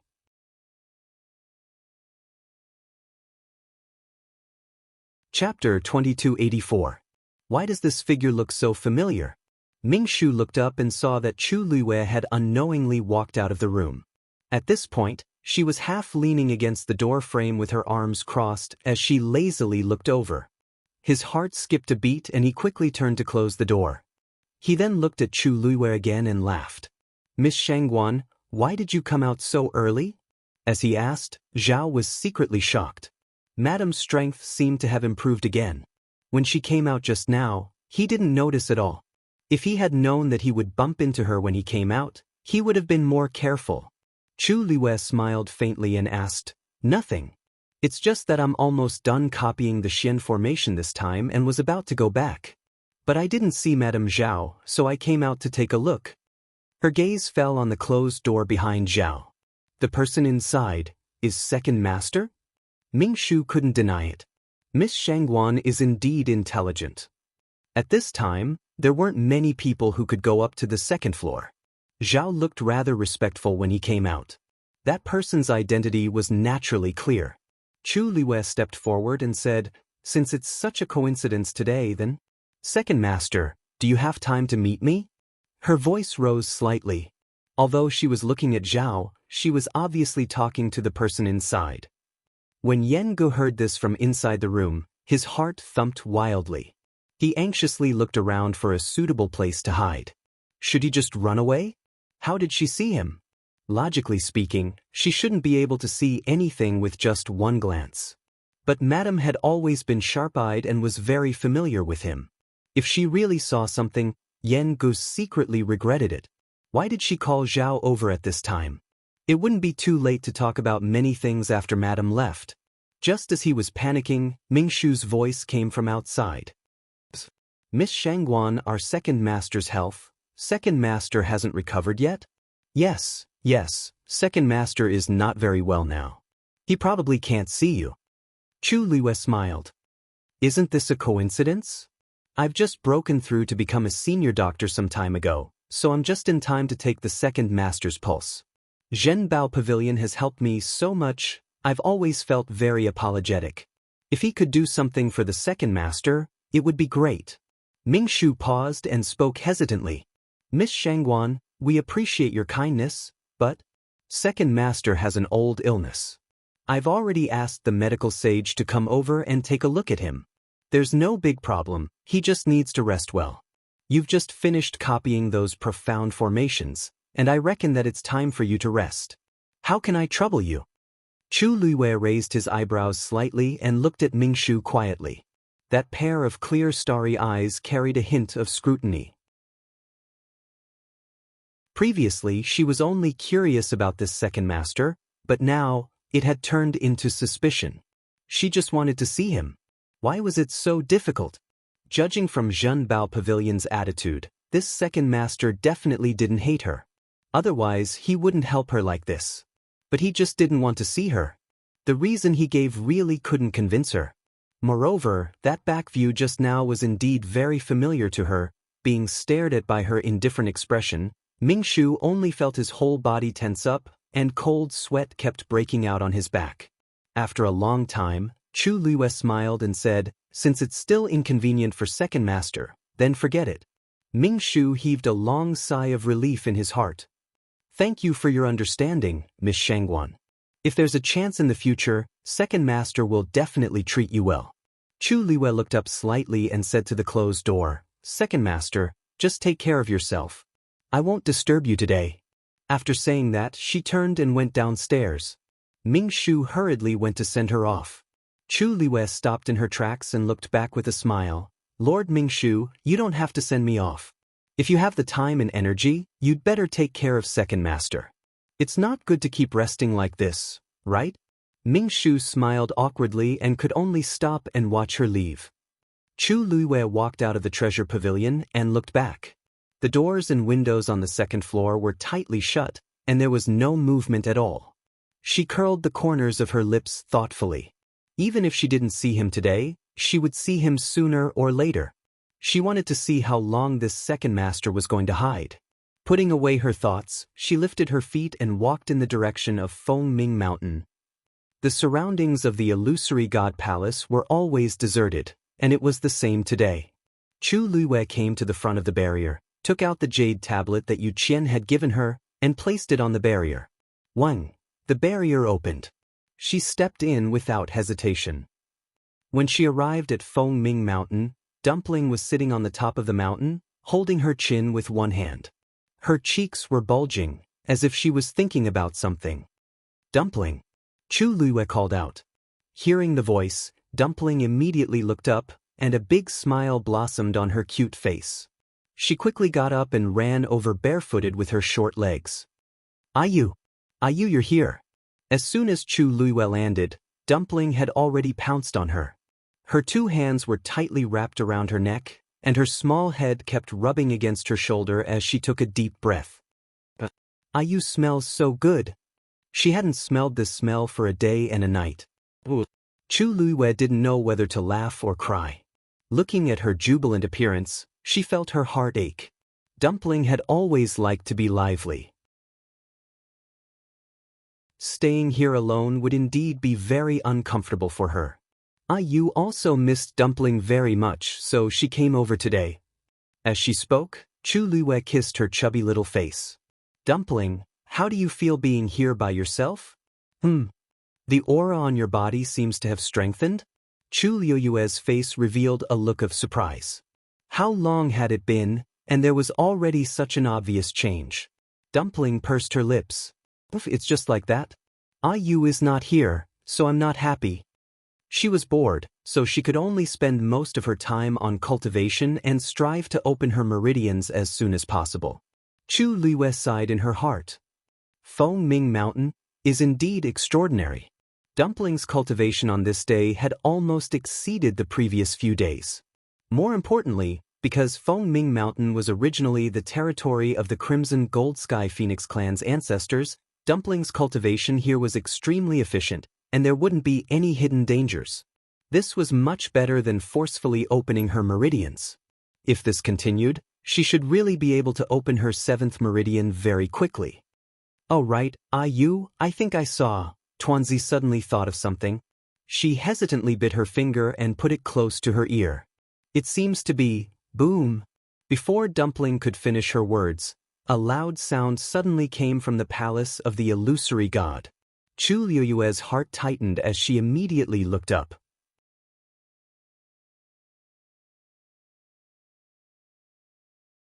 Chapter 2285. Then, a reddish-gold flame suddenly soared into the sky. The aura of the crimson gold sky phoenix? Chu Liyue murmured in shock. Dumpling also looked over.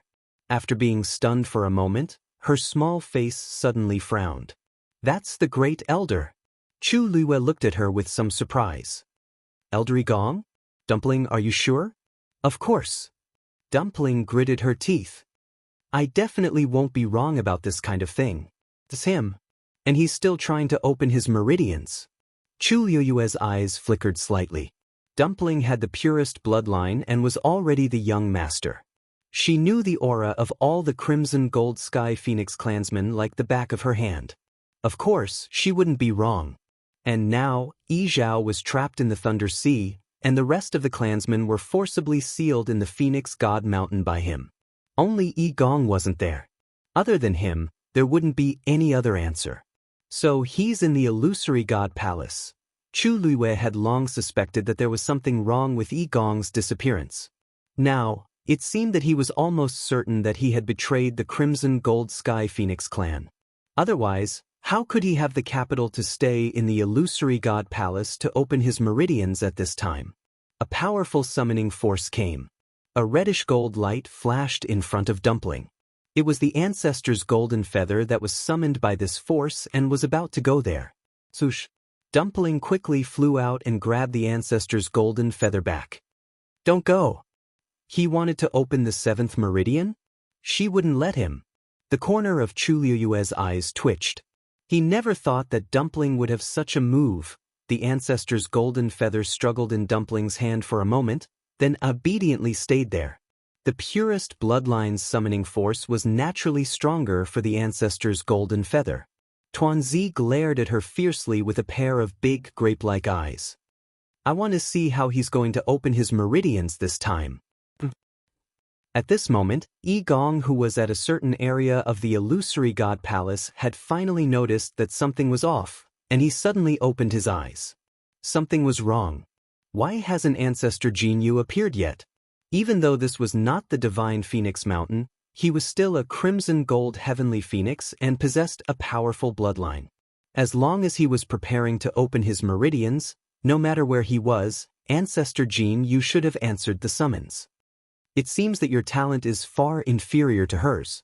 A gentle and deep voice came from behind. Yi Gong suddenly turned his head. The second divine envoy?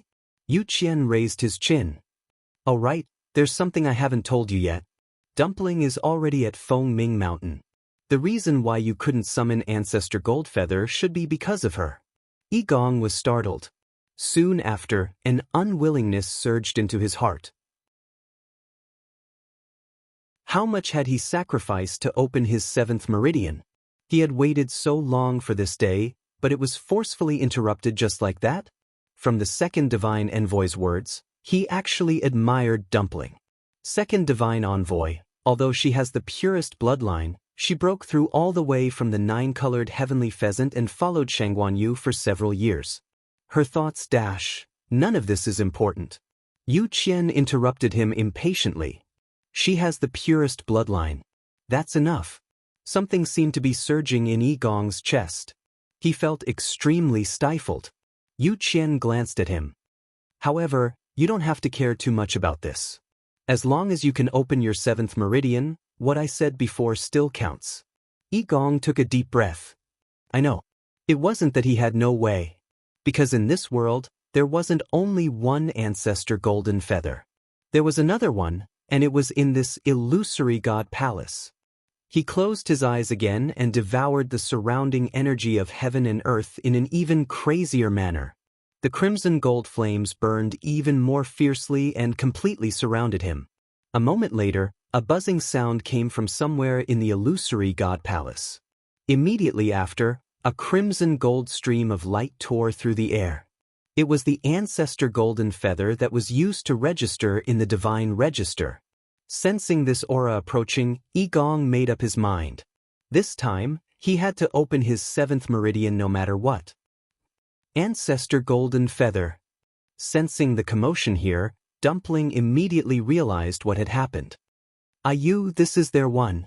Chu Liwei frowned slightly. Looks like Yigong has made up his mind this time. Dumpling smiled coldly. He's dreaming. As soon as she finished speaking, she tapped the ground with the tip of her foot and quickly flew over. Dumpling. Chu Liwei was shocked and immediately went to pull her, but it was already too late.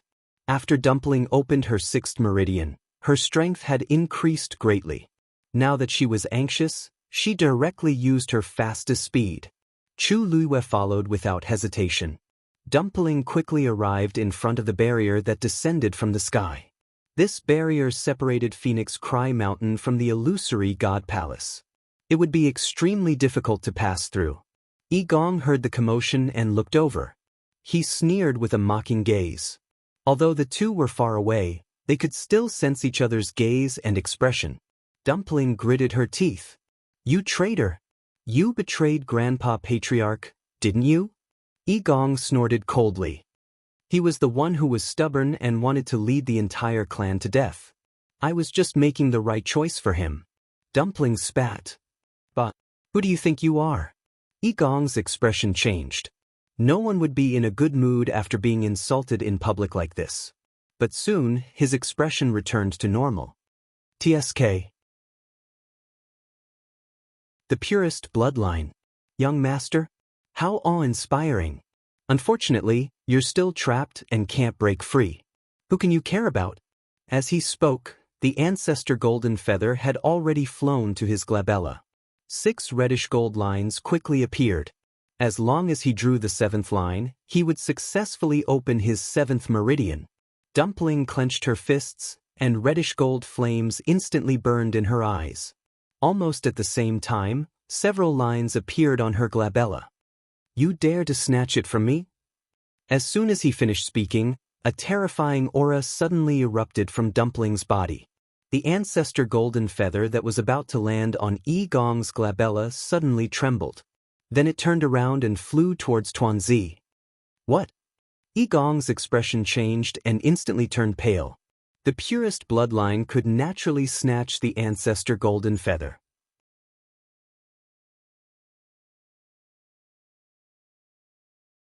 Chapter 2286. That ancestor's golden feather pierced through the air with the wind. Almost without stopping, it directly passed through the barrier in the middle and arrived in front of Dumpling in the blink of an eye. At this moment, 6 crimson gold lines had also been summoned from between her brows. The flowing light was like a burning flame. The ancestor's golden feather hung between her brows and slowly but firmly began to draw the 7th line. Dumpling! When Chu Liwei saw this scene, her heart immediately rose to her throat. Dumpling had just opened her 6th meridian not long ago. Now that she was forcefully opening her 7th meridian, it would undoubtedly have a great impact on her. It was very likely that her body would not be able to withstand the impact of this terrifying pressure and vast power. Previously, it was not easy to help Dumpling recuperate her body. Now, Chu Liuyue's temples throbbed. She felt as if all the blood in her body had solidified at this moment. She wanted to step forward to stop it, but the ancestor's golden feather had already begun to carve the 7th line. If she rashly interrupted it now, the situation would not be any better. However, at this moment, Yigong's mood was even worse. He could have successfully opened his meridians, but now it was all ruined. Bang! He furiously swung out a wave of power. The ground beneath his feet instantly cracked open. Crimson gold flames burned along the crack, leaving behind a charred mark. However, no matter how he vented his anger, he could no longer change the fact that had already happened. Dumpling had indeed easily snatched the ancestor's golden feather from him. This was not the first time such a thing had happened, but Yigong had never imagined that there would be a day when it would actually happen to him. He was the first elder of the Crimson Gold Sky Phoenix clan. However, when Yu Qian, who was standing not far away, saw this scene, his eyes shone as he exclaimed in amazement. The purest bloodline indeed lives up to its reputation. Dumpling and Yi Gong had both opened their sixth meridian. However, not only was Dumpling able to firmly guard her original ancestor's golden feather, she was even able to directly snatch the second one from Yi Gong. Such bloodline power was completely overwhelming. If Dumpling could use this opportunity to open her seventh meridian, it would be killing several birds with one stone. At that time, would there still be a need for Palace? The ancestral golden feather pattern was extremely difficult to inscribe. Although Dumpling's bloodline power was unparalleled, the power she had accumulated in her body was not enough to support the opening of her seventh meridian channel. Therefore, this process became incomparably slow and difficult. The surrounding heaven and earth energy began to crazily pour into her body. Chu Liyue's eyebrows twitched violently. She was really worried that the same thing that happened in the Red Moon Desert would happen again. But gradually, she realized that the situation was a little strange. Dumpling continued to devour the energy, but from the beginning to the end, she did not show any signs of pain. Her body was like a sponge, continuously absorbing this power, but there seemed to be no end to it. On the contrary, her aura became stronger and stronger, and her eyes became brighter and brighter. Her entire body was enveloped in pure golden flames, and the scorching heat almost set the air ablaze. Hula! The sound of surging tides could be heard. Chu Liyue turned around to look. She saw that on the top of Fengming Mountain not far away, there were clearly many Tian babies swaying in the wind, sending boundless energy over. A resplendent pattern slowly appeared between Dumpling's eyebrows. Chu Liyue held her breath. Could it be? Was it because this was Fengming Mountain? When she first came here, she had already noticed that the power here was different from the outside world. Dumpling especially liked it. But at that time, she did not pay too much attention to it. She only thought that it was because this was the place where the Crimson Gold Heavenly Phoenix ancestor had stayed. As a junior, Dumpling would behave like this. But now it seemed. Forcefully opening her meridians is just courting death. Now that she is not yet an adult and is so rash, the final result will not be any better. Yi Gong clenched his fists and said hatefully. As soon as he finished speaking, he felt a cold gaze land on him. He was shocked and turned his head to look, only to see Yu Qian looking at him coldly and mockingly. Yi Gong, although you have done a good job in reporting him, it does not mean that you can do whatever you want in the illusory God Palace. You'd better know what you can say and what you can't say. Otherwise, I think Yi Zhao would be happy for you to accompany him. Yu Qian's voice was an undisguised warning. Yi Gong choked and wanted to defend himself, but in the end, he gave up. He gritted his teeth so hard that they almost broke. Finally, he said, I will follow the second divine envoy's instructions. He lowered his eyes, hiding the resentment and killing intent in his eyes. So what if he didn't want him to say it? These were all facts. Just wait and see. If he forced it like this, he would only bring about his own destruction. Half of the line between Dumpling's eyebrows had finally been drawn. However, at this moment, the ancestor's golden feathers suddenly stopped and did not continue. The remaining half was like a heavenly moat that was difficult to cross. Chu Liyue frowned slightly. Dumpling's face was flushed red. She clenched her fists and stared at the ancestor's golden feather in front of her. Continue. The seventh meridian was only half opened. However, no matter how she urged, the ancestor's golden feather could not continue. Because of the long pause, it even trembled faintly, as if it would fly away at any time. Seeing this scene, Chu Liyue's heart sank. This was the sign of a failed meridian opening. Suddenly stopping in the middle of opening a meridian was the worst. Because once it stopped, it would be as difficult as ascending to the heavens to continue opening meridian. Even if it could continue, how could she ensure that the two meridian openings were completely compatible? If it could not be done in one go, mistakes would be inevitable. Without a doubt, this would be a fatal blow. Even if Dumpling had the purest bloodline, She could not avoid this problem. Dumpling seemed to have realized the seriousness of the matter and urged the power into her body even more crazily. However, at this moment, her body had already reached its limit. She was unable to control such a terrifying force. The ancestor's golden feather began to tremble violently. The situation had taken a turn for the worse. The smile on Yu Qian's face had completely disappeared and his brows were tightly knitted. He had spent so much effort to keep Dumpling at Feng Ming Mountain. If he were to lose just like that, wouldn't all his efforts be for naught? Most importantly, if she was crippled, then where were they going to find another person with the purest bloodline? Seeing this, Yi Gong's lips curled into a cold smile. He had already said that this was absolutely impossible. Even if she could snatch the ancestor's golden feather away, so what? She would never be able to successfully open her meridian without any preparation. If the 7th meridian was really so easy to open, Yi Zhao wouldn't be the only one in the Crimson Gold Sky Phoenix clan who had done it for so many years. At this moment, the ancestor's golden feather flew away. Dumpling's body trembled and she spat out a mouthful of blood. Digression, I saw the comments saying that Dumpling's real name is Yi Tuan.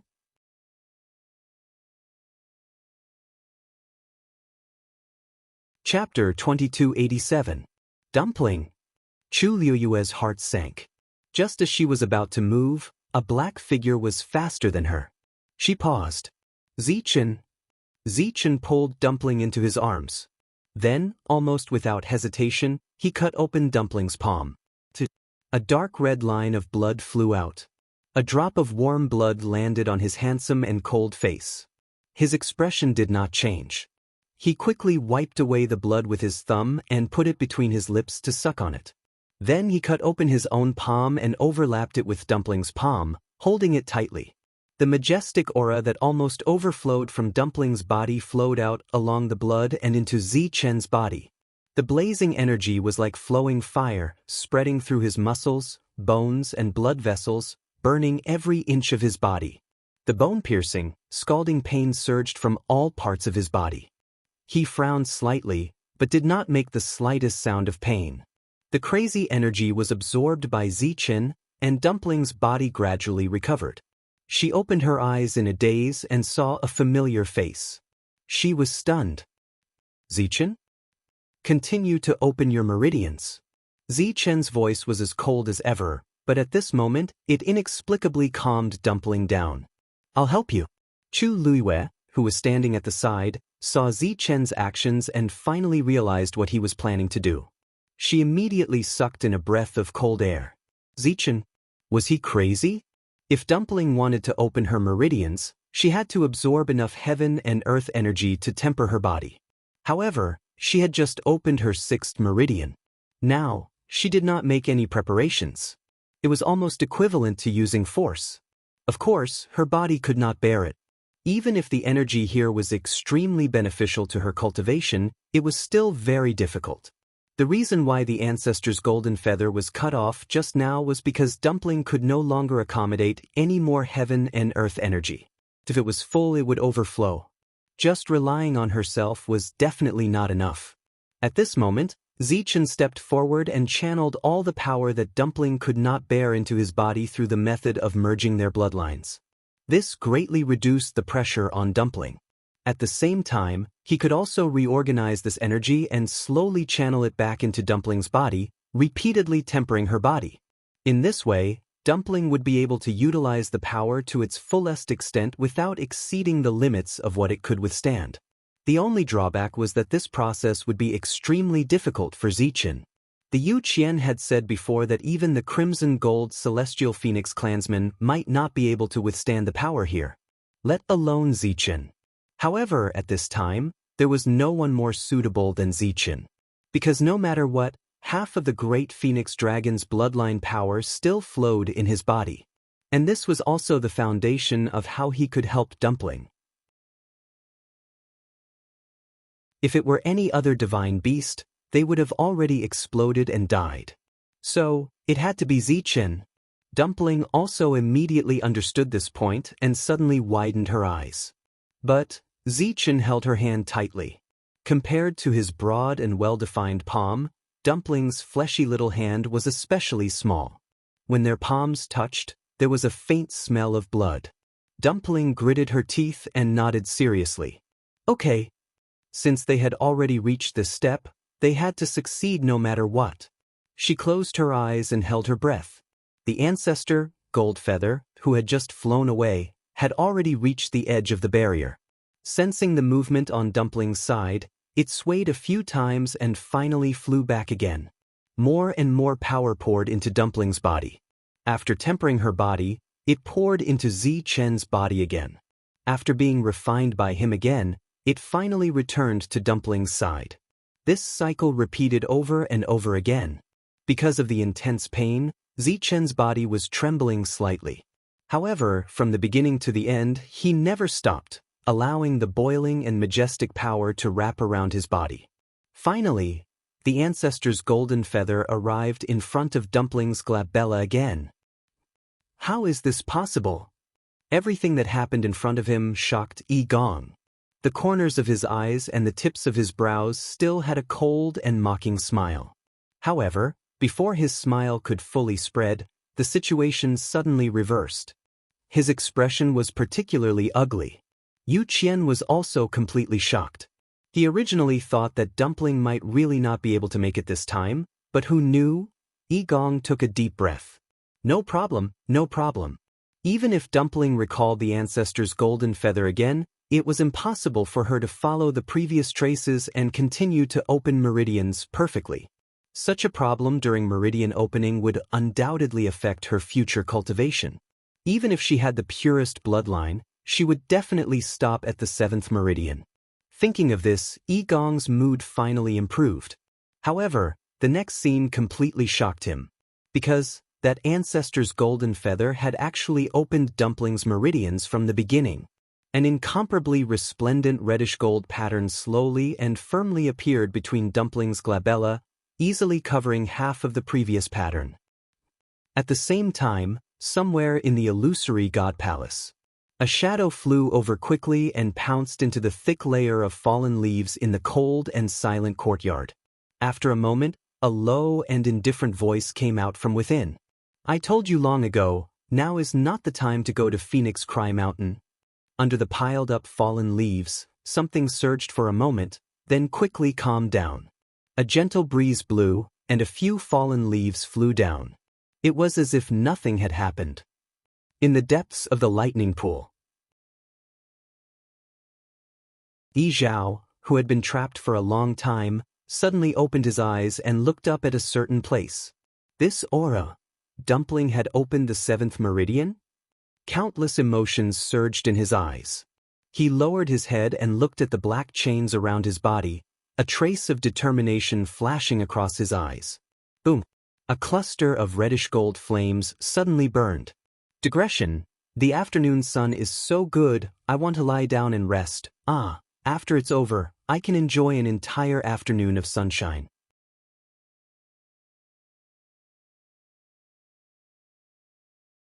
Chapter 2288. The scarlet gold flames and the golden Tianlei intertwined, creating a dazzling light that illuminated the depths of the lightning pool. The black chains were wrapped in blazing flames, and they began to tremble violently. The chains tightened, as if they were about to strangle Yi Zhao to death. Mu Dongyu, who was meditating nearby, noticed the commotion. She immediately opened her eyes and looked towards the direction where the flames were shooting into the sky. The power around Yi Zhao had already begun to burn wildly, and the thick smell of blood permeated the air. Mu Dongyu's heart sank, and she immediately ran in that direction. This Yi Zhao is crazy. At the same time, the cultivators in the lightning pool also sensed that something was wrong. The flickering Tianlei became inexplicably restless, and they began to wander around in a frenzy. Several cries of pain came from the lightning pool. Then one figure after another quickly escaped and ran to the shore. The people standing on the shore were shocked by this scene, and they quickly retreated. The lightning pool is exploding. It was unknown who shouted loudly, but his voice was filled with panic. The people who escaped quickly looked battered and exhausted. Some of them couldn't dodge in time, and their bodies were covered in wounds. Blood dripped, and their flesh was mangled. "Look!" A man standing on a reef suddenly pointed forward. Everyone subconsciously looked in the direction he was pointing, and they all gasped in unison. Within the vast and boundless lightning pool, countless silver heavenly lightning bolts seemed to have been summoned by something and were rapidly converging towards the center of the pool. Because there were too many of them, these Tianlei collided fiercely with each other, and sparks flew everywhere. However, their speed was not affected in the slightest. It was precisely because of this that many cultivators couldn't help but be affected by the shockwaves and suffer injuries of varying degrees. How could this be? In the dead silence, someone couldn't help but mutter, his eyes full of shock. No one answered. This was a problem they had no answer to. Even though some of them had been in the illusory god palace for thousands of years, they had never seen such a scene. There are still people who haven't come out. Song Qing, who had finally escaped from the water, had just reached the shore. He looked back and said worriedly. From where they were, they could still see a few figures struggling in the lightning pool, trying to make their way over. However, at this moment, all the Tianlei cultivators were rushing towards the center. Their actions were no different from going against the flow and were extremely dangerous. One had to know that when the Tianlei was in its normal state, its destructive power was already terrifying enough. Many people had to be careful when they entered the Tianlei Lake. If he was not careful, it was very likely that he would return with injuries. And now, with the Tianlei riots, the level of danger had increased by several times. Not to mention coming out unscathed, even coming out alive was a problem. Help! Sure enough, a panicked cry for help soon came from the lightning pool. The people standing on the shore looked at each other. Song Qing took a step forward hesitantly. But in the end, he looked at the injuries on his body and stopped. It wasn't easy for him to get out. If he went back, he might not be able to get out himself, let alone save people. Soon, a few waves surged over and quickly swallowed those figures. Only a few of them were still struggling. I beg you all. This time, Song Qing heard it clearly. It was Cheng Pei's voice. He frowned.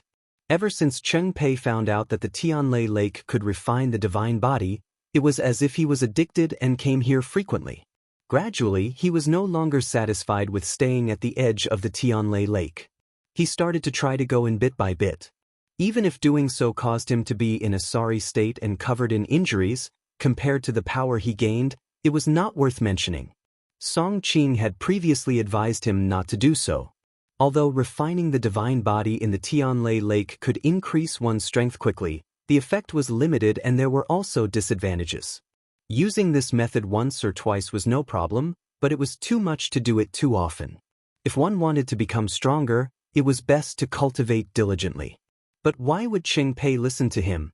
He desperately wanted to become stronger, especially after hearing about Chu Liuyue's matters recently. The fire in his heart burned brighter and brighter, and he couldn't wait to unleash all of his potential so that he could trample on her. That was why he ignored his safety and went into the depths of the Tianlei Lake. Who knew that he would run into such a shocking change? With such a scene, those who have not come out are probably dead. The fourth divine envoy is still in the depths of the Tianlei Lake. Will he help them? I'm afraid it's hard to say. The Tianlei Lake is rioting. With such a commotion, how could the fourth divine envoy have the time and energy to care about these things? That's true. There seems to be someone over there? Is that Mitsui? It should be him, right? Hasn't he been coming here every day recently? And every time, he goes in deeper than the others. Why do I feel that the Tianlei Lake is not a threat to him? He's coming here. Mitsui's name had been very famous in the Tianlei Lake recently. Not only because he came here often, but because every time he came, he would go into the depths of the Tianlei Lake and stay there for a long time. More importantly, he had never been injured even once. Everyone saw that every time he came out, he was stronger than before. Moreover, he did not seem to be in pain at all. He was always in high spirits. As time passed, people did not even have the heart to be jealous of him. because sometimes you can't compare yourself to a pervert. And this time, when so many cultivators were trapped in the Tianlai lake and were tortured, facing the danger of death, he was still as calm as ever. Mitsui was originally using his small hammer to hit a rock, but halfway through he realized that something was wrong. When he saw the Tianlai lake around him rushing into the depths of the Tianlai lake, his first reaction was to follow them. But when he remembered that he had been warned by the fourth divine envoy, he gave up on this idea and turned to leave. He strode through the Tianlai lake. Countless silver Tianlai lakes surged past him, but they all tactfully avoided him. As a result, Shijing did not encounter any obstructions or threats as he smoothly made his way to the shore. "Help! Help me!" As he walked, he heard a cry for help. Mitsui turned his head to look. Oh, someone familiar. At this moment, Cheng-Pei saw Mitsui clearly. His expression froze. However, it was only for a moment before he continued to shout. "Mitsui! As long as you save me, I won't save you." Mitsui said crisply, then turned and left without any hesitation. What a joke! How Cheng-Pei treated their master before, he had forgotten, but Mitsui did not forget. Save him? The fact that he didn't step forward to step on them was already a sign of his benevolence.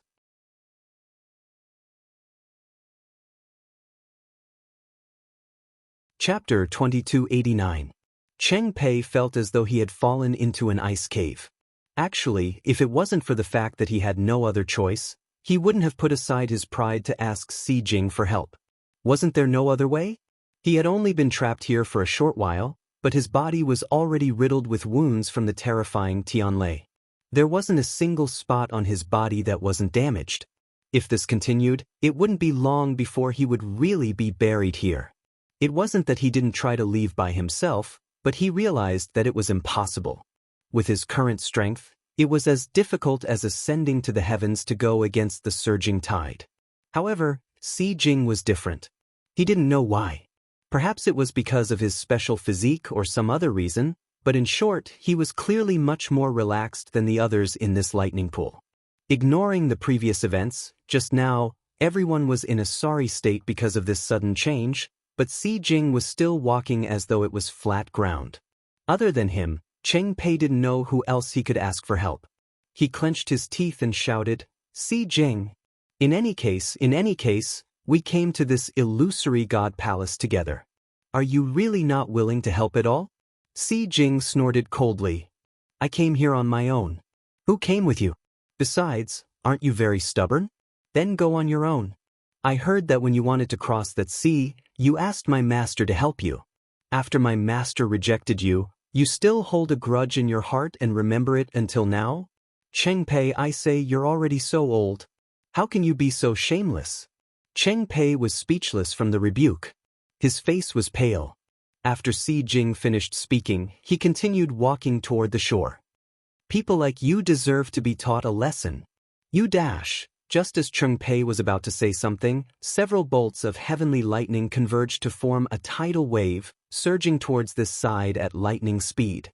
Shijing was in front of him and bore the brunt of it.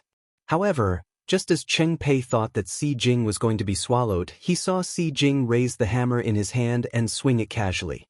Whoosh! An invisible force surged out from within, and the surging silver heavenly lightning seemed to be affected by it as it quickly scattered in all directions. After passing Shijing, they quickly gathered together again and rushed over with the wind and waves. Its aura was even more ferocious than before. Shock flashed through Cheng-Pei's eyes. How could this be? These heavenly thunders seemed to be under SNI's command and were under his control. As if sensing his gaze, Shijing suddenly turned around and glanced in his direction. The brows on his tanned and rough face twitched. Soon after, he revealed a smile. Cheng-Pei suddenly realized something. "You, whoosh." As soon as he opened his mouth, he didn't even have the time to say the rest of his words before the surging and terrifying wave had already surged over and swallowed him in an instant.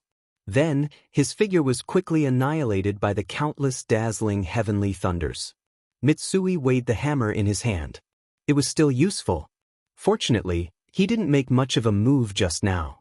Other than Cheng-Pei, No one else should have seen it. He rubbed his nose and turned to walk toward the shore. When they arrived at the edge of the lightning pool, the amount of Tianlei here had greatly decreased. It was very thin. I jumped up and returned to the shore effortlessly. The gazes of the surrounding people all gathered on him. As expected, after all the twists and turns, he was still unharmed. Many people looked at each other. Previously, they had thought that it was because of his strong physical body that he was able to withstand the Tianlei so easily. But now, this explanation was clearly not enough. Out of so many people, some were dead, some were injured, but he was the only one who was able to walk out from the depths of the lightning pool unscathed. Did this not mean that there was a problem? However, Si didn't care about the various gazes of the people around him. He tidied his slightly messy clothes, gripped the hammer in his hand tightly, and turned back to look at the lightning pool. The endless Tianlei was still surging toward the depths. Looking from afar, they could only see a bright light flashing between the dark sky and the earth. I frowned. Could it be that something had happened in the forbidden area deep within the lightning pool? Just as this thought flashed through his mind, a loud roar suddenly sounded. Rumble! This voice came from the depths of the lightning pool, deep and heavy. Everyone felt as if something was crushing down on their hearts, making it difficult for them to breathe. Some of the weaker ones immediately spat out blood, their faces pale. Seeing this scene, everyone's heart sank. This time, I'm afraid that something serious is going to happen. Following this, a pure gold flame shot up from the lightning pool into the sky. Surrounded by the resplendent silver light, the reddish-gold flame appeared incomparably dazzling. The moment it appeared, it lit up half the sky. At this moment, everything in the surroundings seemed to have dimmed. Even the silver Tianlei couldn't compete with it in terms of brightness. The next moment, the flame was like magma, crazily surging in all directions. The flame was molten, bright, and unstoppable. Large swathes of heavenly lightning were engulfed, and crimson golden flames spread out. Looking at this scene, it seemed like it was going to overturn the lightning pool. Everyone was shocked by this scene, their hearts trembling, and they fell into a dead silence. Waves of heat surged, even the air became hot. Song Qing, who was standing at the front, finally regained his senses and took a few steps back in horror. This is the aura of the crimson gold sky phoenix? Without a doubt, such a noble pure gold color, such a terrifying power, who else could it be other than the crimson gold sky phoenix? This sound also quickly woke up the surrounding people. Crimson gold sky phoenix? Isn't that the sinners of the illusory god palace? Why would it appear here? Since tens of thousands of years ago, when the ancestors of the Crimson Gold Sky Phoenix clan betrayed the illusory god palace, the Crimson Gold Sky Phoenix had never appeared here. Who knew that such a terrifying aura would suddenly surge out from the depths of the lightning pool? Could it be that below, screech? While everyone was panicking, the cry of a phoenix could be heard all of a sudden, which echoed between the heavens and earth. This phoenix cry also pierced through the clouds and wind, arriving at the illusory god palace and Phoenix Cry Mountain. At this moment, the seventh line between Dumpling's eyebrows was nearing its end. Hearing this familiar voice, her heart instantly tightened. The ancestors' golden feathers trembled violently. Chu Liuyue's heart sank, and he looked in the direction of the sound. The sound came from the lightning pool. What was Yi Zhao doing? Before he could figure it out, a painful groan suddenly came from behind him. Chu Liyue turned back and saw that Yi Gong in the distance seemed to be bound by an invisible rope, and his body was uncontrollably rushing toward the lightning pool.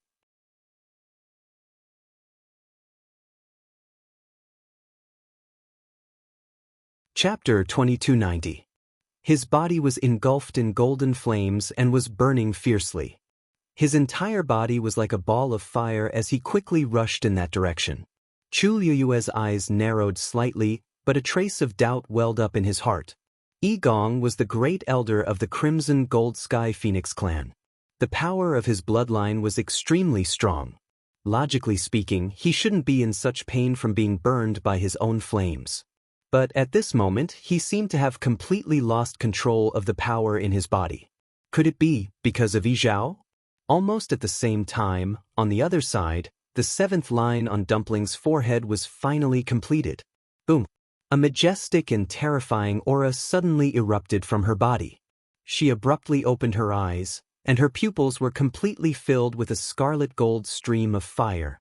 Even Chu Luiyue felt a tightness in his chest at this moment. That aura seemed to have surged over from ancient times and covered the sky and earth.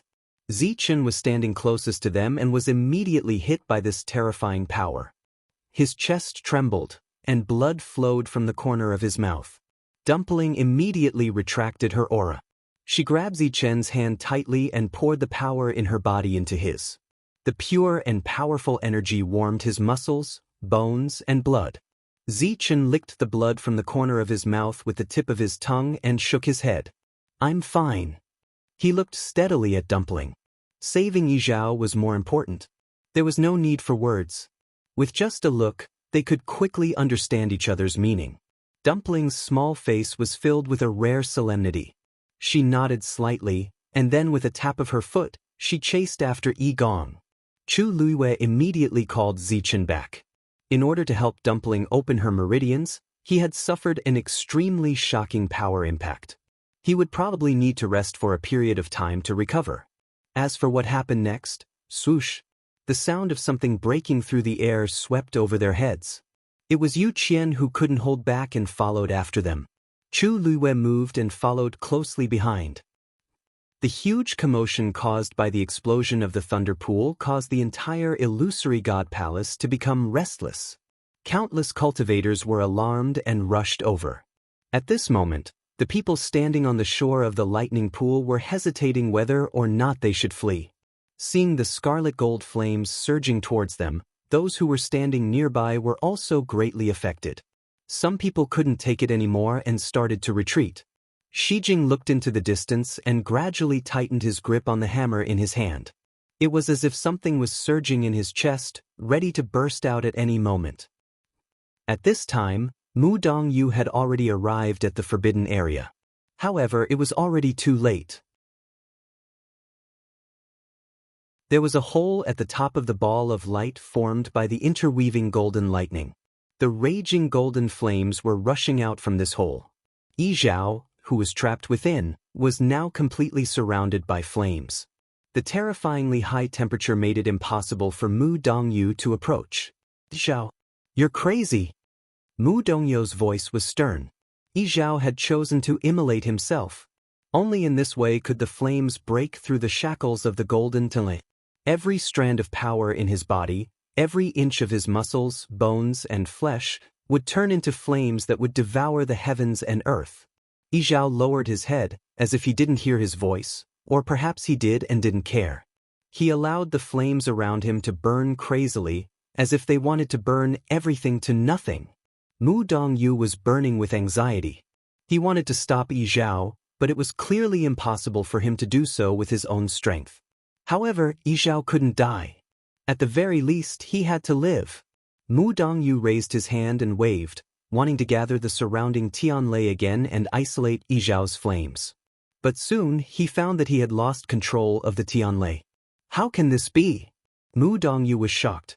He saw that not only the golden Tianlei, but even the silver Tianlei that was surging from all directions had gone out of control and were crazily strangling him, and then sending all this power to Yi Zhao. The ancient mythical beasts could devour the Tianlei and turn it into divine power. As the fourth oracle, Mu Dongyu stayed in the lightning pool all year round and had absolute control over all the Tianlei here. He had never encountered a situation like this before. Mu Dongyu's heart beat rapidly. He knew very well that if this continued, the situation would completely go out of control in no time. At that time, Yi Zhao would either die or escape from here. Thinking of this, he turned around and left without hesitation, intending to find the other oracles and suppress him together. However, as soon as he moved, the surrounding Tianlei surged over one after another, making it difficult for him to move as if he was trapped in a swamp. Mu Dongyu sucked in a breath of cold air. This lightning pool was really like seeing a ghost. Just as Mu Dongyu was entangled with the Tianlei, a ball of fire suddenly fell and quickly converged on him. He subconsciously looked up, and his pupils constricted. Yi Gong? Wasn't he in the palace of the illusory god? How could... Suddenly, he thought of something and he swiftly turned around to look at Yi Zhao. As the clan leader, if he sacrificed himself, he could naturally summon his clansmen. Although Yi Gong had betrayed the phoenix godly mountain, he was still a crimson gold sky phoenix. Every drop of blood flowing in his body was still filled with deep reverence for the highest existence of the crimson gold sky phoenix clan. If Yi Zhao wanted him dead, he definitely couldn't live. Trapped by the flames, Yi Gong fell into the ball of light surrounded by the golden Tianlei and arrived in front of Yi Zhao. Mu Dongyu clenched his fists. However, at this moment, another small figure rushed over quickly and rushed in without hesitation. He was shocked. It was the aura of someone who had opened the seventh meridian. At this moment, the golden flames suddenly rose.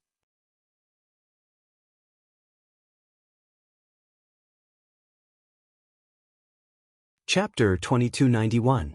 Her line of sight was completely blocked. The reddish-gold flames burned wildly, almost filling up the light sphere that surrounded the entire golden Tianlei, leaving no gaps. As for the three figures inside, they were also swallowed up, and not a trace of them could be seen. Mu Dongyu was about to step forward, but the surrounding Tianlei seemed to be affected by the power of the flames and became even more violent. Streaks of silver light flowed past him in all directions, intertwining and colliding with each other. It was chaotic, making it difficult for him to move. Mu Dongyu frowned. Yi Zhao was the clan leader, and he had already opened his seventh meridian. If he really made a decision, he could not be underestimated. He swung his arm and suddenly threw the spear in his hand. Swoosh! That long spear carried an extremely sharp attack power and instantly broke through the waves. Some of the heavenly thunders that were closer to him were forcefully dispersed and even exploded. Chu Lue followed closely behind Yu Qian, heading straight for the lightning pool. Before she arrived, she saw a reddish-gold flame from afar. It was burning into the sky and flowing continuously into the surroundings. At a glance, it looked like boiling magma spewing out from the bottom of the sea, covering and swallowing everything. A trace of shock flashed past her eyes, and she subconsciously held her breath. Even though she had already predicted what would happen here before she came, the scene before her eyes was still far beyond her imagination. This terrifying power all came from Yi Zhao? Was he planning to go all out? Yu Qian was even faster than her. In the blink of an eye, he arrived at the edge of the lightning pool. When he saw everything in front of him, his face completely darkened, and he clenched his fists tightly in his sleeves. Yi Zhao was courting death. But now was not the time for him to die. Besides, Dumpling was still down there. She had just opened her seventh meridian. If Yi Zhao went crazy and did something, the second divine envoy is here. A sharp-eyed person below saw Yu Qian and immediately exclaimed. As soon as he finished speaking, many people raised their heads and looked over with different expressions. The second divine envoy, Yu Qian, had absolute authority in the illusory god palace. Especially in the past few years, the first messenger had been in seclusion and had given Yu Qian full authority over many things. Naturally, Yu Qian's power and influence was even greater. However, unlike the other divine envoys, he spent most of his time in the illusory shrine and rarely came out. It was extremely difficult for everyone to see him. Now that the lightning pool was rioting, the commotion was shocking. Naturally, he needed to come out and take charge of the situation. Hearing the exclamations of the people around him, Mitsui also looked up, but then his gaze fell on Chu Lue, who was not far behind Yu Qian. Master! He waved at Chu Lue. Chu Lue moved and arrived in front of Mitsui. Is it I? How are you? Chu Lue asked with a frown. She knew that Isai had been coming here often recently. She was worried that the lightning pool's riot would affect him. Tai grinned. Master, don't worry. I'm fine. These words attracted the attention of the surrounding people, and their mouths twitched. This master and servant pair was too interesting. They were clearly fierce people who had been to the depths of the lightning pool, but now they were asking how he was. What could a person like I do? Even if everyone here died in the lightning pool, there wouldn't even be a scar on his body. Seeing that I was full of energy and vigor, Chu Liwei was slightly relieved. What's going on over there? As she spoke, she raised her chin. You're talking about the ball of fire that suddenly appeared in the lightning pool? Shii immediately gave a simple explanation of the situation, and also told her that Chengpei had died in the lightning pool. Chu Liwei did not even bat an eyelid. He was just reaping what he had sown. She had never taken such a person to heart. What she cared about the most now was Yi Zhao and Dumpling. The fourth divine envoy has not come out? No. I thought for a moment and said, when the incident happened, the fourth divine envoy should have gone over immediately. At that time, although he was still quite a distance away, he could vaguely sense a familiar energy fluctuation. If he guessed correctly, it was the fourth divine envoy, Mu Dongyu. Chu Liwei nodded. Mu Dongyu had been in charge of watching over the lightning pool, so it was expected that she would do this. But it's been a while since the incident happened. Why doesn't it have any intention of stopping? Chu Liwei couldn't help but mutter softly. Tai laughed. How can you block it with that little bit of heavenly lightning? Chu Liwei frowned and glanced at him. Why did Shi's tone sound like he was very familiar with the situation in the lightning pool? She hesitated for a moment and said slowly, after all, that is the fourth divine envoy. The Tunlei here is under his control. I scratched his head and lowered his voice. Master, I'm afraid that might not be the case. Chu Liwei looked straight into his eyes. Oh. Previously, when Shi brought Tianlei back, she felt that something was wrong. However, at that time, her mind was on Changwonzhou, so she didn't think too much about it. She just thought that it was because of Shii's special constitution. His hammer was originally a lightning hammer, which could devour the power of Tianlei. But now, things seemed to be different from what she expected. I didn't notice the subtle change in her expression and continued. That's right. Under the lightning pool. Before he could finish speaking, Yu Qian's body moved and rushed directly into the lightning pool. His speed was extremely fast, and before anyone could see his movements clearly, he had already disappeared. In an instant, countless Tianleis surged over with the reddish-gold flames. Chu Liwei made up her mind and rushed over with the tip of her foot. Master, Shi wanted to stop him, but unfortunately, he didn't make it in time. Just as he was about to rush forward, he saw the surging lightning pool. He frowned and stopped in his tracks. Almost subconsciously, he tightened his grip on the hammer in his hand again. Plop. Chu Liwei dived into the lightning pool and directly dived into the depths. Here, she could already see a ball of reddish-gold flames burning below, mixed with golden tianlei. Clusters of flames were spreading rapidly with that place as the center. Yi Zhao, Dumpling, and Yi Gong were all in it at this moment. Chu Liwei pursed her lips tightly. If she wanted to save Yi Zhao, now was the only chance. A sharp aura suddenly appeared. She focused her eyes and saw that it was a long spear. It was Mu Dongyu's item.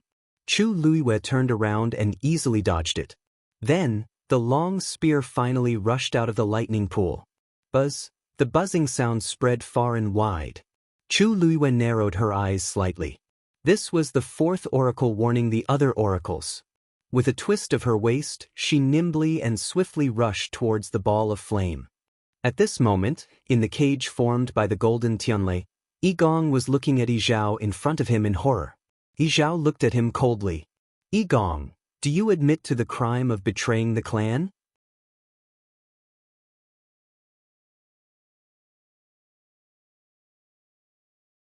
Chapter 2292. Every word was like a boulder that smashed heavily into Yi Gong's heart. He held his breath, and all the blood in his body seemed to have stopped flowing at this moment. The surrounding flames burned, and the temperature was clearly extremely hot, but he broke out in a cold sweat. It wasn't guilt but fear. The current Yi Zhao could really kill him directly. Clan leader, I'm doing this for the Crimson Gold Sky Phoenix clan. Yi Gong spoke with difficulty to defend himself. If I don't do this, then our entire clan will die. Clan leader, do you really have the heart to do this? You admit it. Yi Zhao's voice was terrifyingly cold and calm. As the Great Elder, you should know best what kind of punishment is for betraying the clan. Do you want to do it yourself, or do you want me to help you? Yi Gong's heart suddenly jumped as he listened. He knew Yi Zhao too well.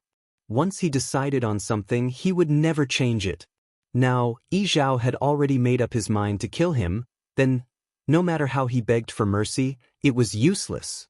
When he figured this out, Yi Gong's expression suddenly became fierce. I won't choose either. His voice was sharp and hoarse, and there was even a bit of hysteria in it.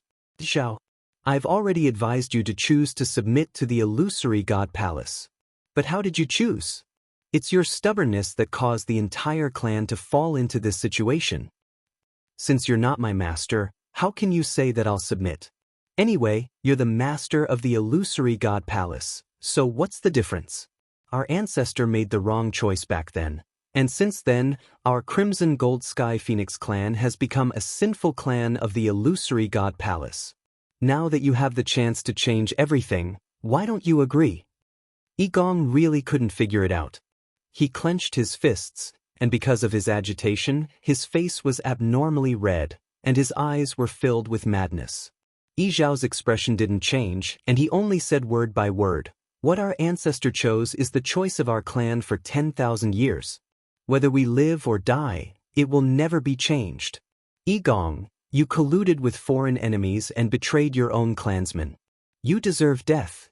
I was the one who promoted you to the position of Grand Elder. I was blind to have made such a big mistake. Today, I will personally kill you. In the future, I will be able to answer to the ancestors and the clansmen. As he spoke, he raised his hand. The long period of inhumane torture had already caused him to be covered in cuts and bruises. Even his fingers were stained with blood and bruises. However, no one knew just how terrifying the power within his body was at this moment. A cluster of sparks appeared at his fingertips.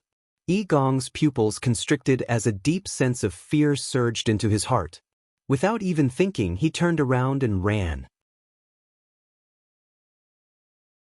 However, just as he turned around and before he could take a step, a figure suddenly appeared in front of him and blocked his path. Great Elder, where are you going?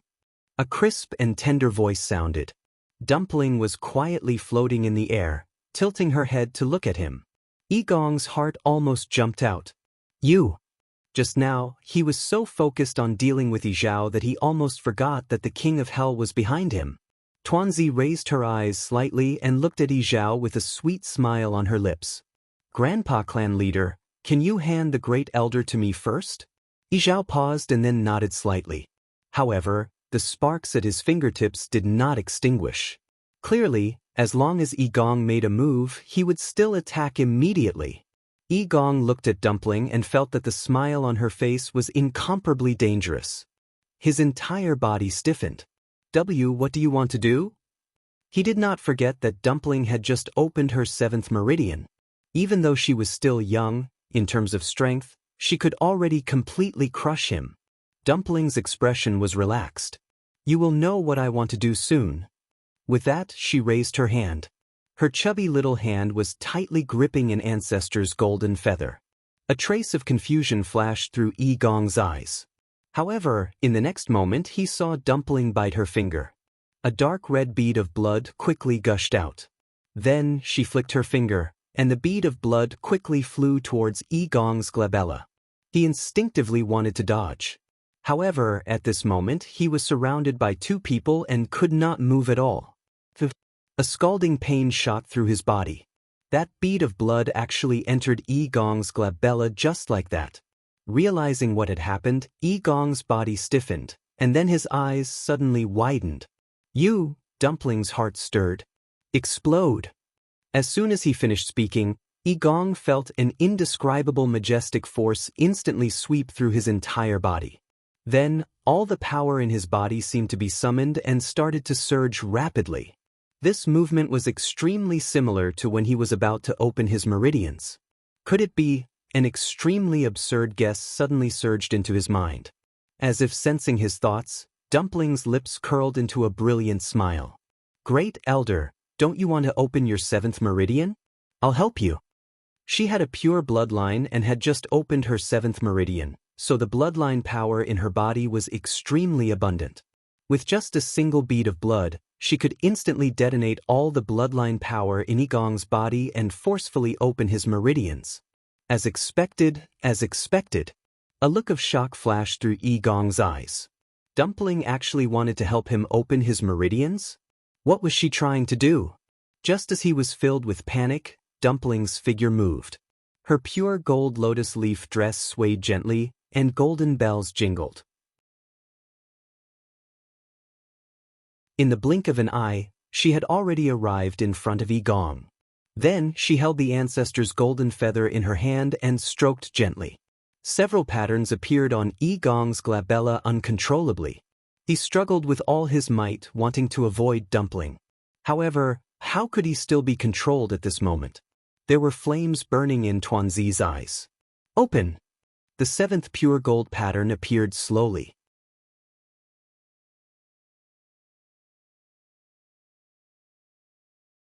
Chapter 2293.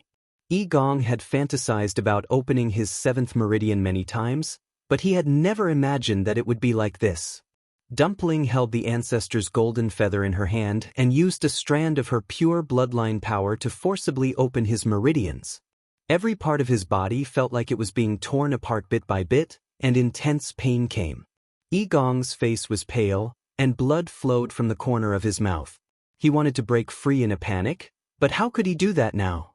His mind was almost blank, and only the burning red gold flames in front of him were scalding and terrifying. As the Grand Elder of the Crimson Gold Sky Phoenix clan, he had never thought that this flame would cause him such pain one day. He wanted to call for help, but he found that his throat was tightly choked by an invisible force, and he could only bear it silently. Dumpling's eyes were shining, and the ancestor's golden feather in her hand moved slowly and firmly. A fierce and terrifying energy wave came. The heavenly lightning surged wildly and entered the dazzling flame one after another. Mu Dongyu frowned. This situation seemed a little wrong. He was about to get closer for a closer look, but the golden Tianlei suddenly surged up and wrapped around the inside tightly, making it impossible to see anything. Dongyu! A familiar voice came from behind, and Mu Dongyu immediately turned around. Second Divine Envoy. Yu Qian waved his hand, and the surrounding Tianlei seemed to be afraid and retreated. He was stronger than Mu Dongyu, so it was naturally easier for him to move here. What's going on? Yu Qian asked as he stared at the huge ball of light not far in front of him. At this moment, countless golden Tianlei were wrapped around the red gold flames, and nothing could be seen in the dazzling light. Mu Dongyu quickly told him about what had happened. So, all 3 of them are inside now? Yu Qian frowned. Mu Dongyu nodded with a worried expression. Yi Zhao is the clan leader after all, and he was so determined to immolate himself. He has a strong summoning power, so it's normal for Yigong and Mu Dongyu to come here. However, his actions were too sudden and extremely dangerous. If he was the slightest bit careless, the remaining 2 would be greatly affected as well. Therefore, the most important thing now was to stop Yi Zhao. But at this moment, he had already gone mad. The flames had already burned half of the lightning pool. How difficult was it to make him stop? Yu Qian's expression was grave. Why did Yi Zhao suddenly become like this? Even Yi Zhao, who had been locked up here for so long and had suffered all kinds of torture, was not like this. I don't know what's going on today, but Mu Dongyu shook her head. I don't know either. It's like I was suddenly stimulated by something. Yu Qian frowned. Could it be because he sensed that Dumpling had opened her 7th meridian?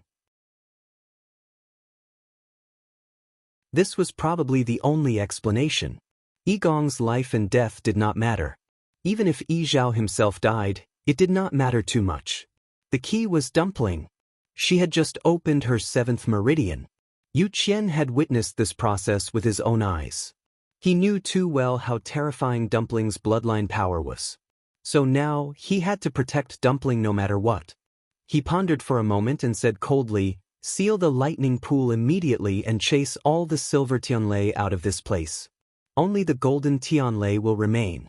Yi Zhao had chosen to self-immolate. In the process, he would need to devour a terrifying amount of Tianlei. Only by cutting off his supply of power could they hope to stop him. However, after saying that, Mu Dongyu did not immediately take action. Instead, she revealed a somewhat troubled expression. Second Divine Envoy, this. Yu Qian's expression turned cold. Is there a problem? Of course there was. Mu Dongyu took a deep breath and braced herself to say, Second Divine Envoy, these are no longer under my control. Yu Qian's eyebrows twitched violently. What did you say? A chill instantly surged and enveloped Mu Dongyu. Mu Dongyu's voice was hoarse. Just now. At first, it was only a small portion, but as time passed, the flames on Yi Zhao's side burned brighter and brighter, and more Tianlei became manic and crazy. At this point, he was almost completely out of control. If he still had a way, he would not be surrounded by these Tianlei and unable to approach for a long time. This lightning pool has been under your care for 10,000 years. Every Tianlei should be under your control. Now you're telling me that you can't control it. Yu Qian suddenly raised his voice, cold and stern. He had always been gentle and elegant to outsiders. Even if he was angry, he would usually have a smile on his face, which was unfathomable. At this moment, he had exploded. Obviously, he was extremely angry. Mu Dongyu's body tensed up. Her lips trembled slightly. She wanted to say something, but she realized that it was useless. Because that was the truth. After a long time, he finally spoke. Dongyu is useless. He himself did not know what was going on. It had always been fine, but now, Yu Qian clenched his fists. For tens of thousands of years, such a situation had never occurred in the lightning pool. What was going on now? Looking at Mu Dongyu's appearance, he was really angry, but now was not the time to punish Mu Dongyu. He closed his eyes, held his breath, and then raised his hands. Several streams of light flew out and quickly formed a seal in front of him. A majestic and terrifying aura faintly spread out from it. Then he slowly pushed his hands forward. The seal instantly flew out and grew in the wind. Wherever it passed, the silver lightning bolts that were scattered all over the place seemed to be attracted and suppressed by some kind of power, and they all came over here one after another. When Chu Luiyue arrived, he saw such a scene. Under the crazily burning ball of fire, there was a huge red seal floating quietly. Bolts of heavenly lightning continued to fly in that direction before they were forcefully suppressed below. Like a huge net, it gathered the surrounding Tianlei. This was the Yu Qian's work, as expected of a peerless expert above the god level. With just such a move, he easily trapped these Tianlei. His gaze turned slightly and fell on the ball of fire. The flames were blazing, and the flowing light was melting. Nothing could be seen from the outside. However, Chu Luiyue and Dumpling had a contract, so he naturally knew what was happening inside. This was an excellent opportunity. As long as Dumpling could force Yi Gong to open his meridians, the aura of these three people would become extremely similar. At that time, it would be much more convenient to do whatever he wanted. The key was that whether it was Yi Gong opening his meridians or letting the flames continue to burn and stir up the lightning pool, they all needed an endless supply of Tianlei. But now, the Yu Qian had begun to block it. Chu Luiyue pursed his lips, and then quickly rushed towards the burning ball of light. Dumpling.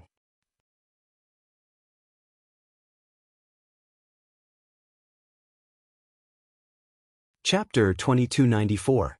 This clear and urgent voice instantly attracted the attention of Yu Qian and Mu Dongyu. The two of them turned their heads to look and saw a petite figure heading straight for the ball of light. Shangguan Yu? Mu Dongyu was shocked. Why is she here? Because she had lost control of a large part of the Tianlei here, and because she had been scolded by Yu Qian just now, Mu Dongyu was so tense that she didn't realize that Chu Luiyue had arrived. The thunder pool was treacherous and dangerous now, and she actually came here just like that. Did she have a death wish? Yu Qian's eyes were cold. Naive. Needless to say, she must have come here to save Tuanzi. But she didn't think that with her strength, she would be courting death here. Mu Dongyu was about to stop her. However, Chu Luiyue was faster. In the blink of an eye, she arrived in front of the ball of light. The scorching temperature almost distorted the space. Chu Luiyue summoned her divine body without hesitation. A beautiful and thin soft armor covered his body, instantly isolating him from the high temperature. She could almost ignore the terrifying burning sensation, but Mu Dongyu couldn't. Soon he had to stop. Second oracle, he looked at Yu Qian hesitantly. Ignore her. Yu Qian didn't stop moving, still gathering the surrounding Tianlei. It was normal for Chu Luiyue to want to save Dumpling. Besides, her divine body was indeed powerful. However, it was still impossible for her to enter. The golden Tianlei interweaved into a net with an extremely strong isolation pressure. Coupled with the burning golden flames inside, it was even more terrifying. Chu Luiyue was just doing some useless work outside. Looking at Yu Qian's expression, Mu Dongyu quickly understood what he meant. Thinking about it carefully, it did make sense. In such a dangerous situation, not to mention him, even Yu Qian didn't choose to advance rashly. What could one Chu Luiyue do? Without anyone stopping her, Chu Luiyue quickly arrived in front of the ball of fire. Even if she summoned her divine body, the terrifying pressure surging out of it still made her feel suffocated and short of breath. Even the surging speed of the force around her had slowed down. She held her breath and looked forward. The golden Tianlei that was swimming around was already wrapped in a layer of golden flames, burning brightly. It wasn't hard to imagine how terrifying the scene inside was. Sensing her arrival, a few bolts of lightning that were relatively close to her suddenly surged towards her joyfully. Chu Luiyue's eyelids twitched, and she said in a very low voice, "Go back." The surrounding booms continued, and her words were easily drowned out. However, these Tianlei were very obedient, and they left reluctantly. Chu Luiyue heaved a long sigh of relief. Fortunately, these Tianlei were very obedient. This was much more convenient. Thinking of this, force surged in her palm. A cold light flashed, and a long sword appeared in her hand. This sword looked very strange. Half of it was bright, and the other half was dark. The two extreme colors were distinct, but they fit perfectly. It was the sword that she had personally refined before. Buzz. With a thought, the sword hummed.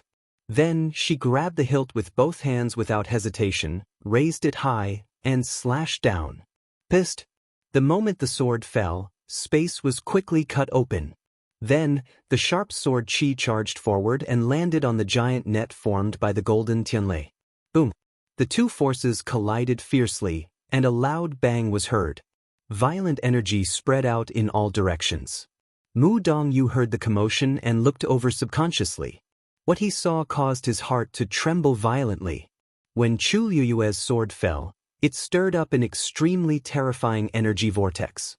Then, it directly lifted the barrier formed by the golden Tianlei. Above the dazzling ball of light, there were ripples like water ripples.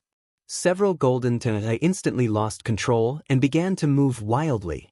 One had to know that this was the core of the entire lightning pool. Once there was a riot here, it would definitely spread far and wide.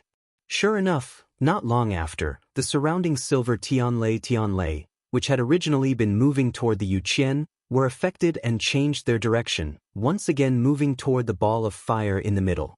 Even those who had been suppressed by him began to stir once again. Yu Qian's heart sank. He quickly looked up and realized what had happened. Chu Luiyue was only a god-level expert. How could she move the golden Tianlei? This thought flashed through Yu Qian's mind, but it disappeared in an instant. There was no time to think about this now. Dongyu, stop her. At this point, Yu Qian finally realized that he had completely underestimated Chu Luiyue. However, it was already too late to give the order. Mu Dongyu was about to approach when she was swept away by a surge of energy. Tianlei was out of control. He no longer had any advantage here. There was nothing he could do. Seeing this, Yu Qian finally realized that the situation was worse than he had expected. He placed his hand on his lips. A shrill whistle could be heard coming from the depths of the lightning pool. Upon hearing this voice, Chu Luiyue's heart skipped a beat. It seemed like the Yu Qian was serious. They had to end this quickly. She gripped the sword in her hand tightly, her expression anxious and worried. Dumpling, don't be afraid. I'll save you. As he spoke, he swung his sword again. Boom. The golden Tianlei began to move at an even faster speed. The energy vortex drew in even more Tianlei, which eventually sank into the wildly burning red-gold flames. At this moment, Yigong's body had reached its limit because he had endured too much power.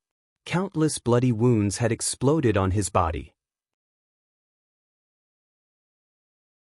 He was dripping with blood and looked extremely terrifying. However, the aura on his body continued to rise. Dumpling held the ancestor's golden feather in her hand. Her small hand was already trembling slightly, but she did not stop moving. She had to open this vein. Grand Elder, Ayu has already helped you so much.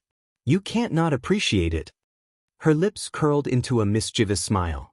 Her voice was extremely soft. Yigong's consciousness had already fallen into a semi-unconscious state. Although he could hear what she was saying, he no longer had the strength to respond. Dumpling did not mind. She firmly and persistently engraved the last bit. Finally, the 7th mark had completely appeared between Yigong's brows. Buzz. A majestic aura surged out of Yigong's body. Immediately after, his body began to automatically devour the surrounding energy to repair itself. This caused Yigong to wake up slightly. He opened his eyes with great difficulty. As long as he could survive this, there was still hope for him to escape. Suddenly, his gaze focused. A trace of shock flashed across his eyes. After Dumpling forced him to open his meridians, she did not stop. Instead, she waved her hand and gathered the surrounding flames.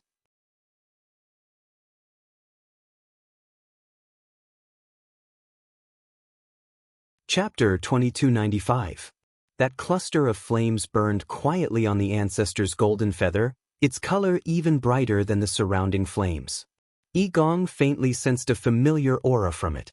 This was clearly a flame formed by Yi Zhao sacrificing his own flesh and blood. What was she trying to do? As if she'd noticed Yigong's bewilderment, a wisp of an extremely brilliant smile arose on Tuanzi's snow-white and cute little face, and she said in a clear voice, "Don't worry, Grand Elder. I'm just giving you a small gift." Her smile was sweet, cute, and innocent. But at this moment, in Yigong's eyes, he felt that her smile was incomparably terrifying. A strong sense of unease surged from the bottom of his heart. He wanted to say something, but he couldn't make a sound. He could only watch as Dumpling played with the ancestor's golden feather, and then casually waved it lightly. That flame quickly flew over, and actually burrowed into his body through the wounds on his body. A searing pain spread throughout his body. Yigong suddenly spat out a mouthful of blood. Every time he thought that he had reached the limit of pain and was about to become numb, there would always be an even more terrifying method waiting for him, stimulating his sense of pain over and over again. He wanted to just faint, so that he could suffer less pain. But he had just opened his 7th meridian, and this was the time when he was most clear-headed. Other than being able to clearly feel the intense pain and torment, there was nothing else. Although the 3 of them had all opened their 7th meridian, there was still a great disparity in strength. Tuanzi's bloodline was the purest, and it possessed absolute suppression and strength.